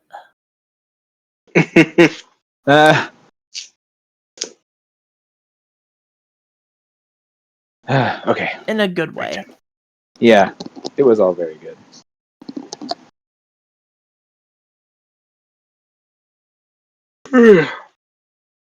All right, I have to go check on my dinner.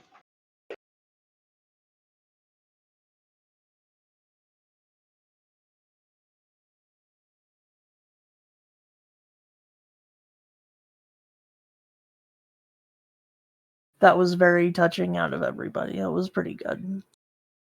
I thought so. I thought that was really neat. I was curious what the scene you were going to pick for me was going to be. Like, I had no idea what it was going to look like.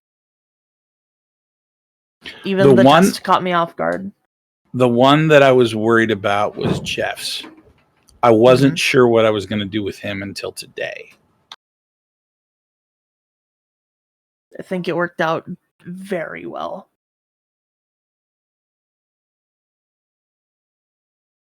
They all ended up working out better than I thought they would. This is not. I'll be honest. This is not something that I've ever done in a game ever. And it's weird to wrap something up. Well, it not only wrap something up. I mean, I've wrapped up campaigns before. Not a ton of them, because most of them die either through attrition or through lack of interest or wanting to do something else or whatever, right?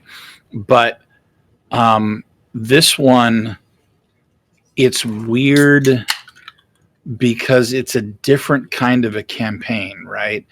Yeah. The campaign itself, you guys were never going to fight the Civil War.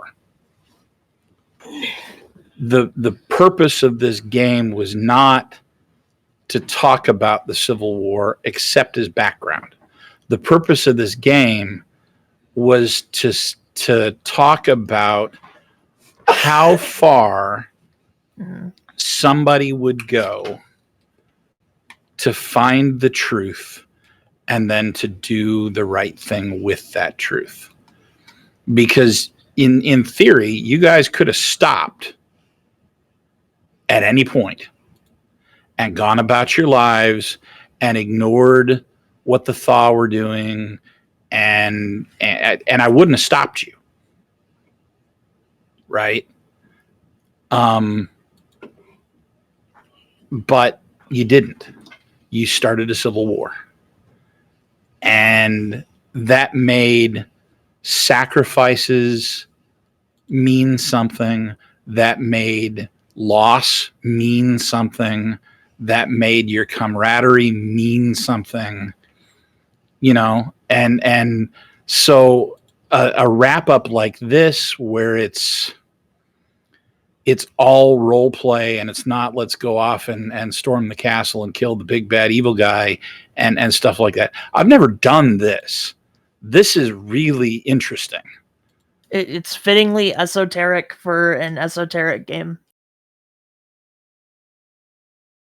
It's very Invisible Sun, if you will. I'm loving every minute of this. It's been a hell of a ride.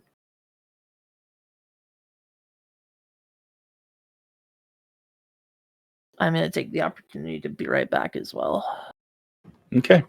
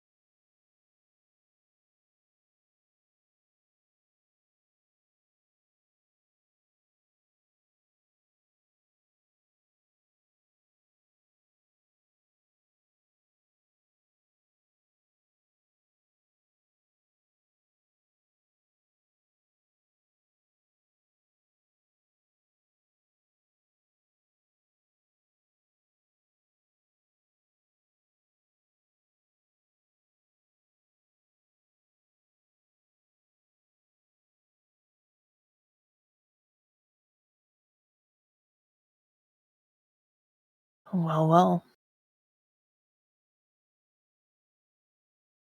Guess who's back? Back again. Vislae's back. Tell your friends.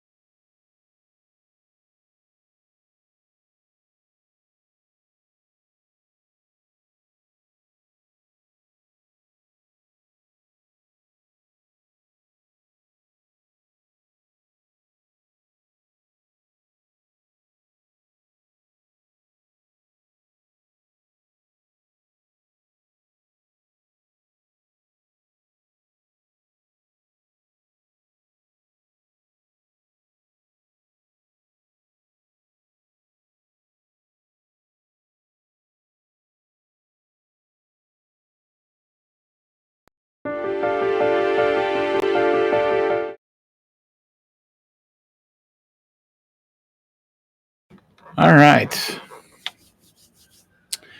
We are back. Thank you for sticking with us over the break. So, yes, you are on a sea of glass. There is a small woman that's walking towards you, and she says, "Welcome, my children. Welcome home."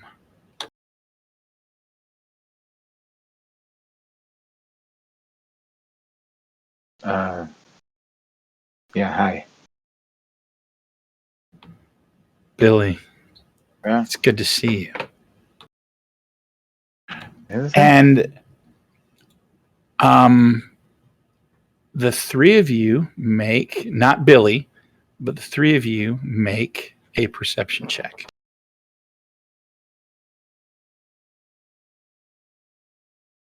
Eight. The whole time 10. I'm looking around, kind of dumbfounded.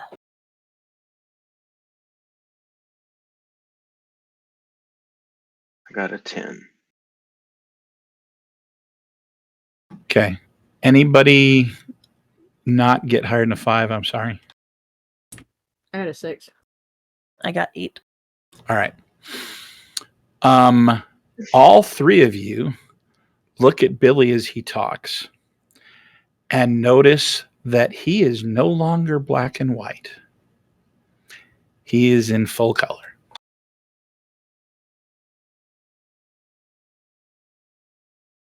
Do I notice that? Probably Would you not. like to? I'm just curious. He'll have a reaction when he does. I don't think, probably not yet. Okay. Whenever it's thematically appropriate, you notice it.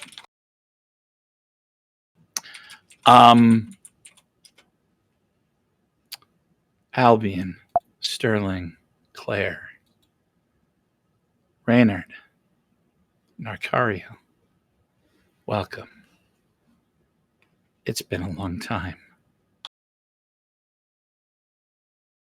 I suppose it must have. I have never had the pleasure of your acquaintance, as far as I can tell.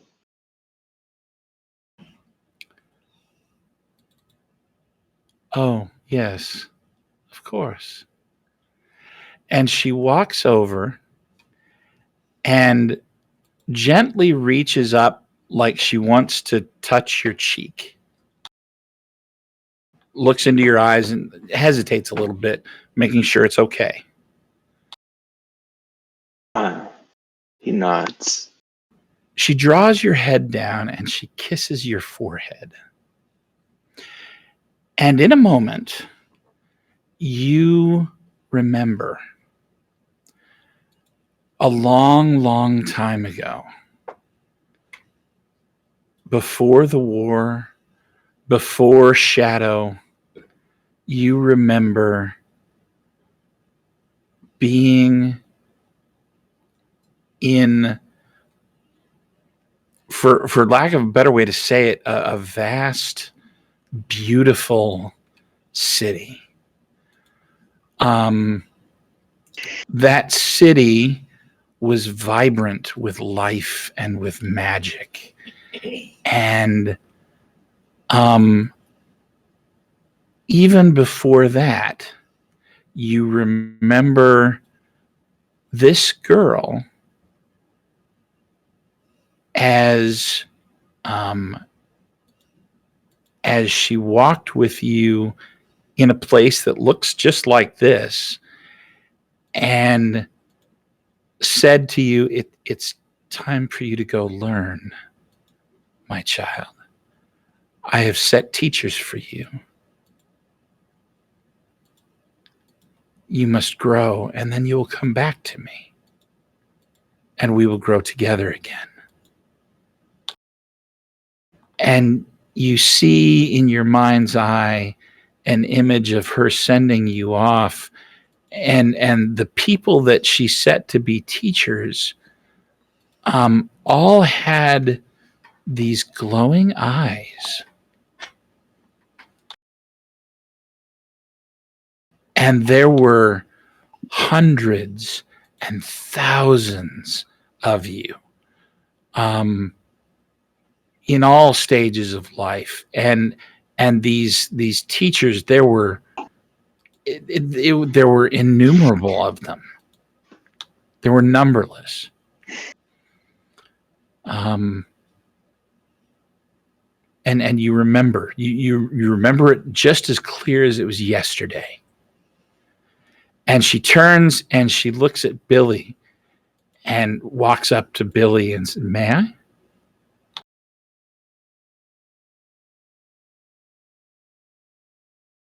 I?" Yeah, hi. She reaches up and she cups your cheek and draws you down and kisses your forehead. And you remember. Okay. Oh, And shit. she goes to Claire and looks at Claire and then at Narcariel and, "May I?" Yes. And she draws you down and kisses your forehead. And she doesn't do it to Narcariel, and she doesn't do it to Reynard, just as a point of note. And she goes to Sterling. "Sterling, may I?" Of course. She kisses your forehead, and you remember. And as Claire and Albion, as you remember, you realize that both Reynard and Narcariel remember at the same time.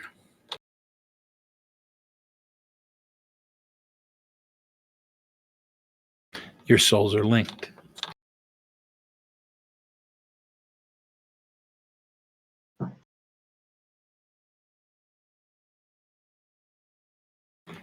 You have come to the other shore. Welcome to the invisible sun.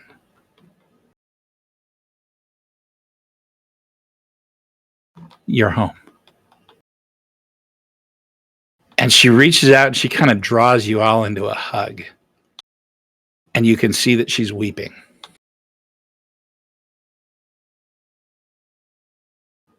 Make a perception check.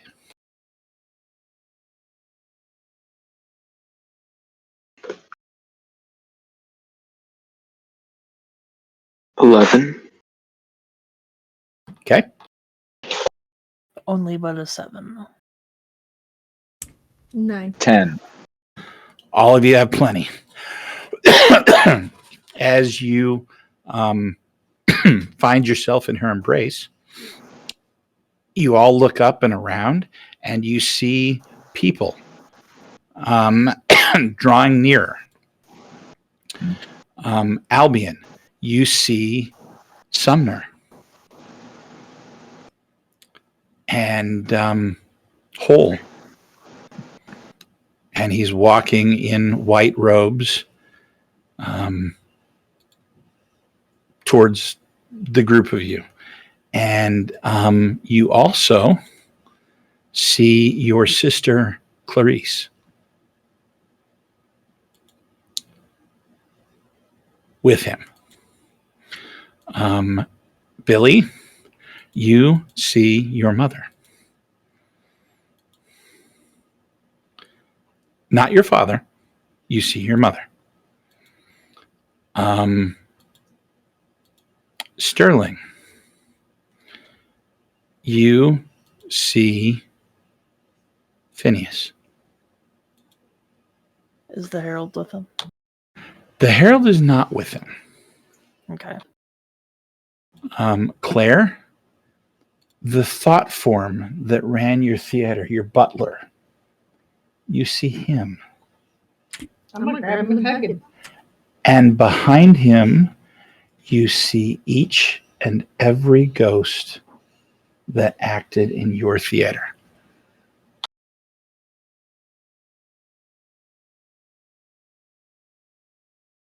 And each one of them, as they come to you and embrace you, all of them, welcome home. Welcome home.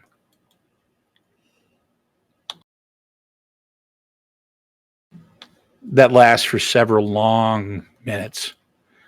And she looks up at you and I presume you have questions. Ask and I will answer.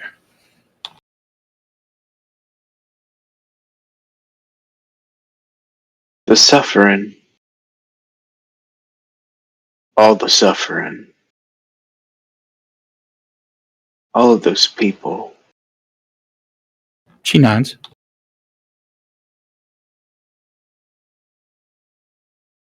We Why? can't have been worth that.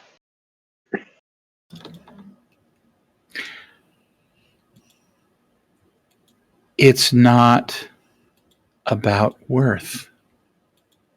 It's not even about the suffering. You see, look around. And she gestures at Claire's ghosts, and she gestures at Sumner. Death is not the end. Death has never been the end. Look to the pale, and you know that. Even those that pass beyond the pale simply return here.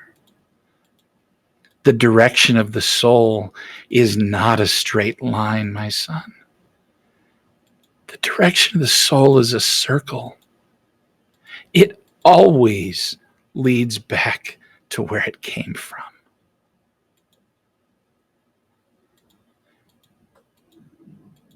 You were always destined to come back here. And from here, we begin the path again. This time, you have more knowledge. This time, you have more power. And this time, you have more responsibility.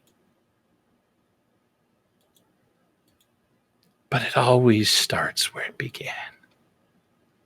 It always ends where it began, excuse me. They both work, actually.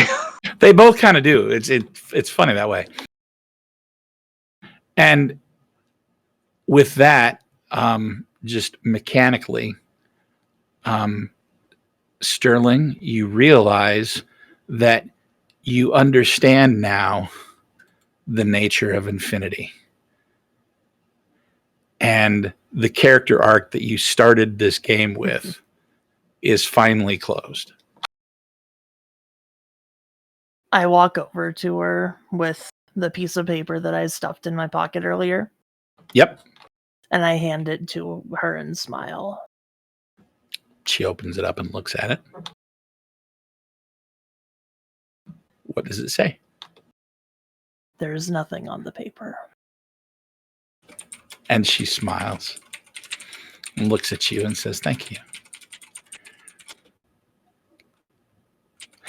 She reaches out and lays a gentle hand on your chest. Okay. And you feel a power surging through you.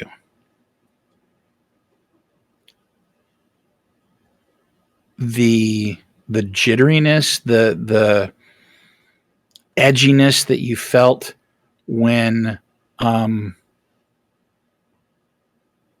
you shatter, that's all gone. As if it never existed. The hole that was left by your sacrifice in the red is gone. Everything that you sacrificed came back to you.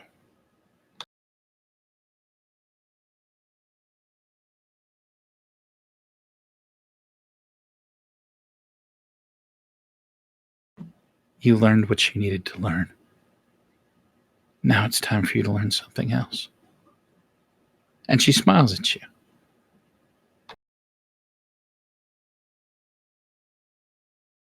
He smiles back, not saying anything. What other questions have you?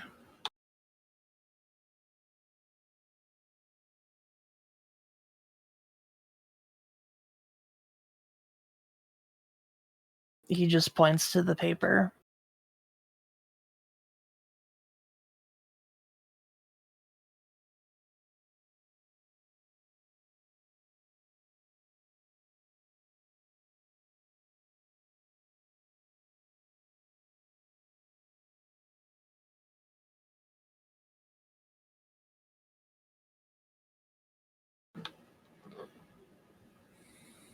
Slowly, it fills up with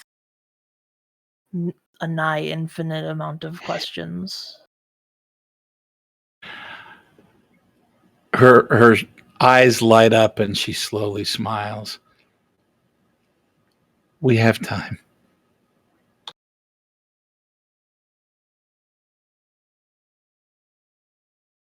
And then she looks at the rest of you.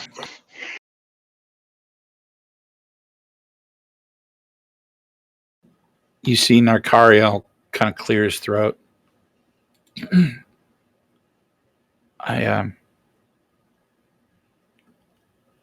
he looks down at his clothing. I don't understand. Why? How am I not?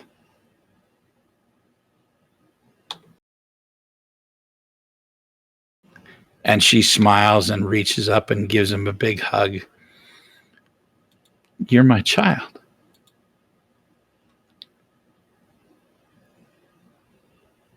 You're wondering why you look like Aroeth. And he nods. She says, you don't. He looks like you. Aroeth, you see, is paralyzed by his fear. He worries what he might lose. But you have what he so desperately wants. And until he learns to set aside his fear and seek what his soul desires, all he can do is imitate.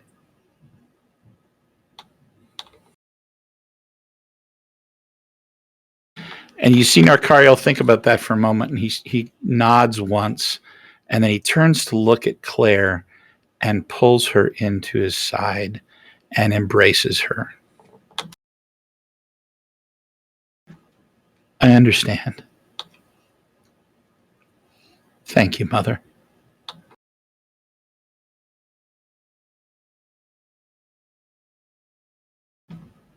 She looks at Billy and Claire and Albion. What about the rest of you? Billy is not listening. He's embracing his mother, and they're both kind of just quietly crying. He doesn't notice that anyone spoke to him. Fair enough. For now. I think Albion turns to her and says, "This is good.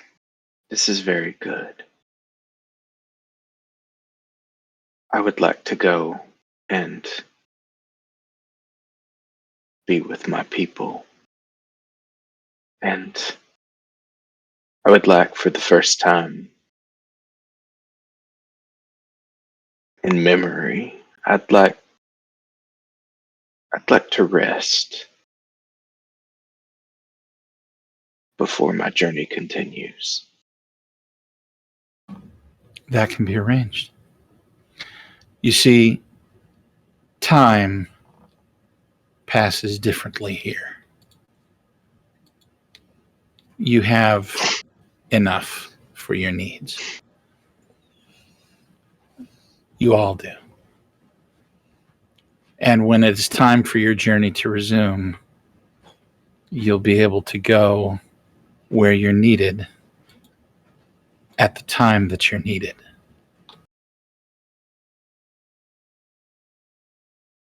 That's always been what I've desired.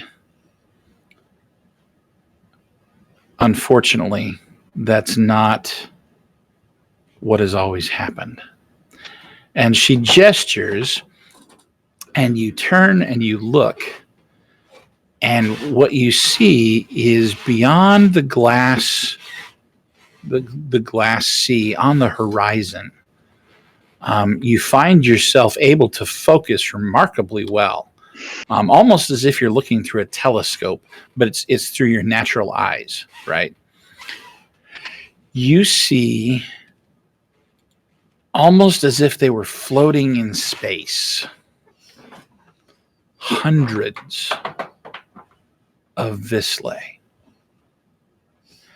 And they all appear to be in some sort of structure that's utterly transparent from this side.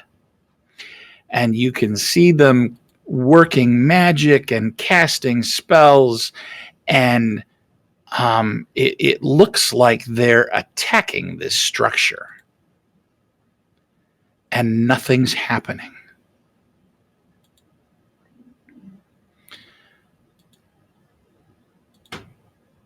When the war was lost, the vislae were told to lie. They were told that they could reach here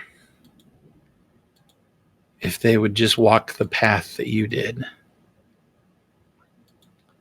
But they were not told that they needed to find themselves first. And those who do not cannot come here.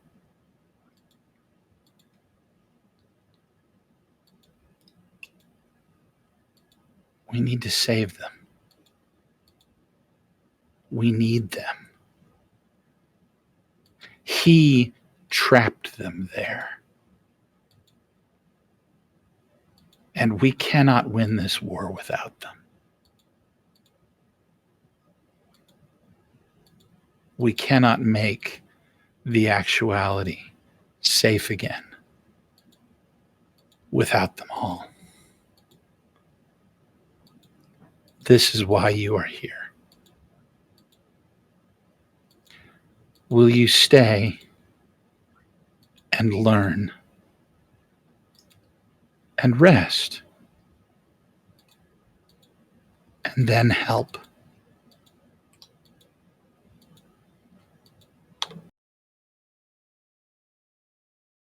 Can't see that I could do anything else.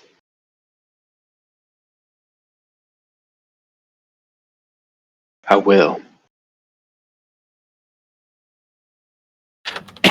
And Reynard bows his head and he says, I will.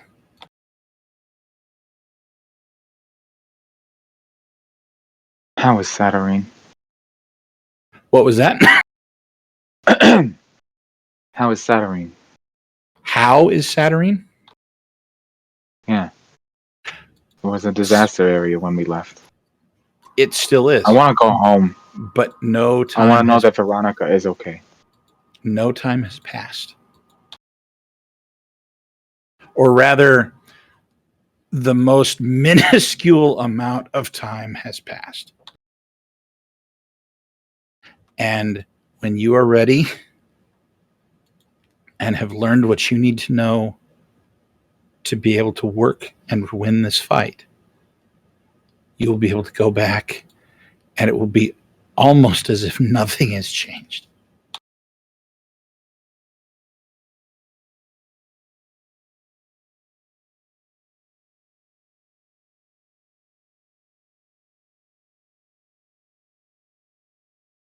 I want to go home.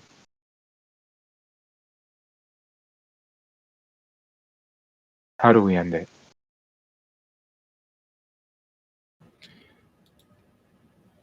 My son must die. And his connection to that which must not be named must be cut.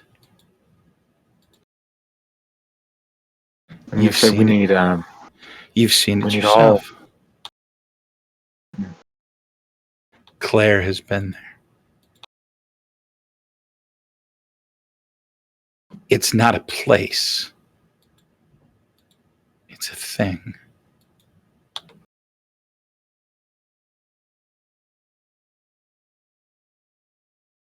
And you said we need all the vislae to understand this. We need all of the vislae to Everyone that we can gather. We need their help. We must discover how to free them.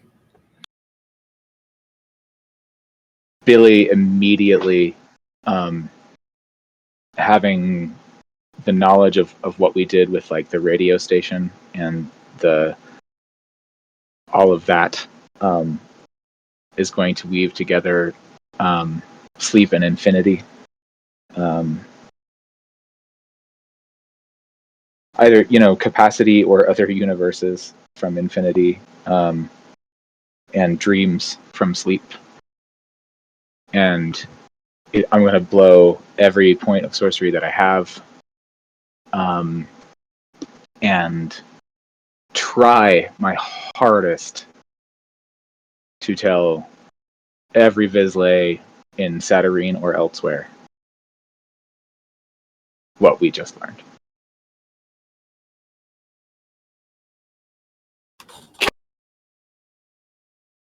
Go ahead and roll it. Yep.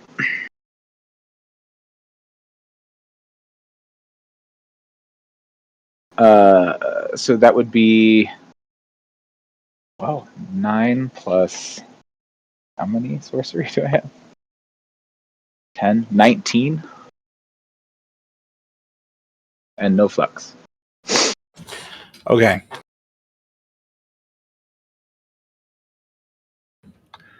You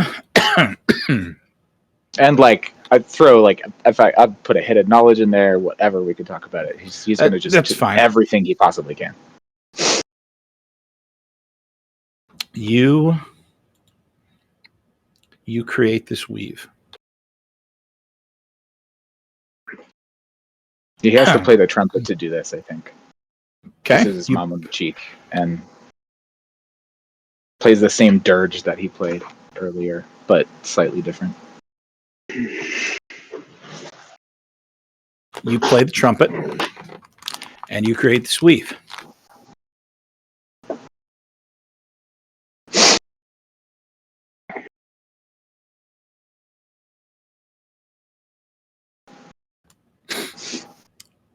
It spreads throughout the actuality.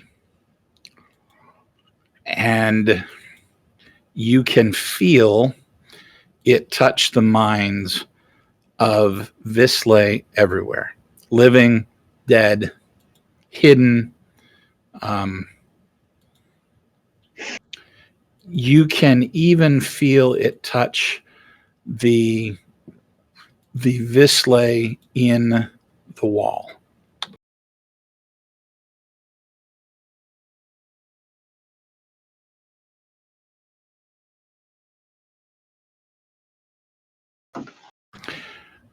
Visla looks up at you with tears in her eyes, and she embraces you. That's size appropriate because after doing something like that, Billy is like on his knees already anyway. Because it's exhausting.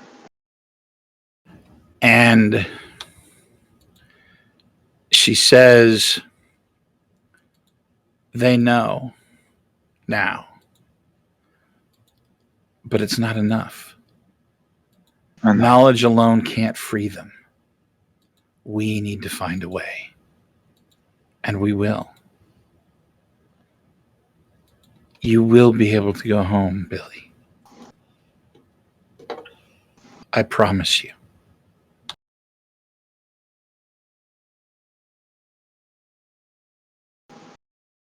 Let's do it now. This has to stop. She looks at Claire.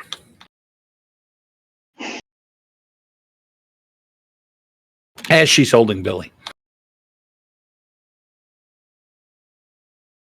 Yeah, I think Billy is like holding her a little too tight almost. He doesn't realize that he's doing it, but he's leaning into this hug.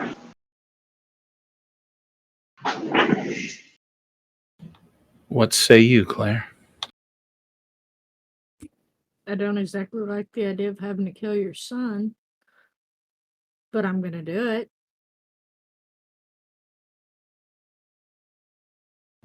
I was worried for long enough that somehow you would come to revel in the idea of killing him. Thank you for not letting that become who you are. My daughter.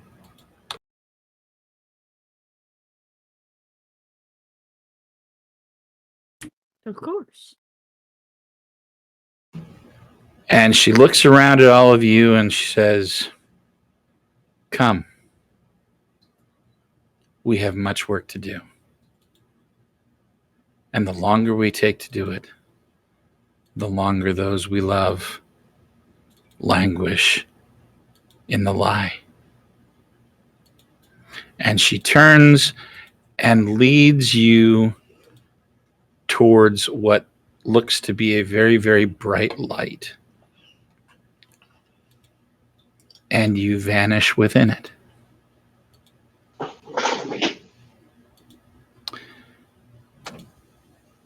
And what happens next is another story entirely.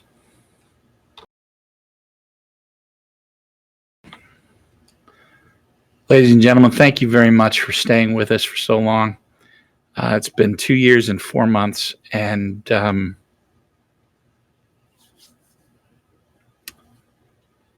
this has been something that I've been working on for longer than that. And it's very near and dear to my heart, as are these 4 of my cast members. I love each and every one of them. They're great. And thank you for joining us. What I'll do is I'll open this up to, we've got 15 minutes left in the stream. If anybody is here watching and would like to ask questions, we can take questions, or if the cast has questions of me, things that they missed, things that they didn't quite understand or didn't feel got closed, feel free to ask those as well. And we can go until 6 o'clock.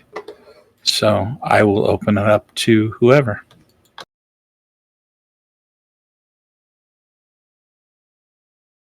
Why you make me cry?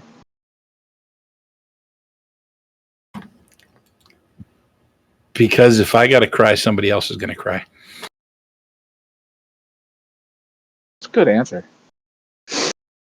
That is a good answer. I can't even begin to tell you how much I didn't want to kill Sumner. As irritating as that guy was, I didn't want to do it, and I knew I had to. I wish. I'm so bummed that I missed the episode that I missed. Like, A lot happened. I know. I wanted the action episode so bad, but life gets in the way. It sucks. What does Albion's new golden sword do? So, that is actually a magical, a magical relic. It is a +3 melee weapon, and it carries the ability to, if a spell is cast that uses the invisible sun as you know how the spells are tuned to a sun, right? Mm-hmm. If a spell's cast that's tuned to the invisible sun, that the that targets the holder of the sword, and they want to ignore the effect, they can. Right.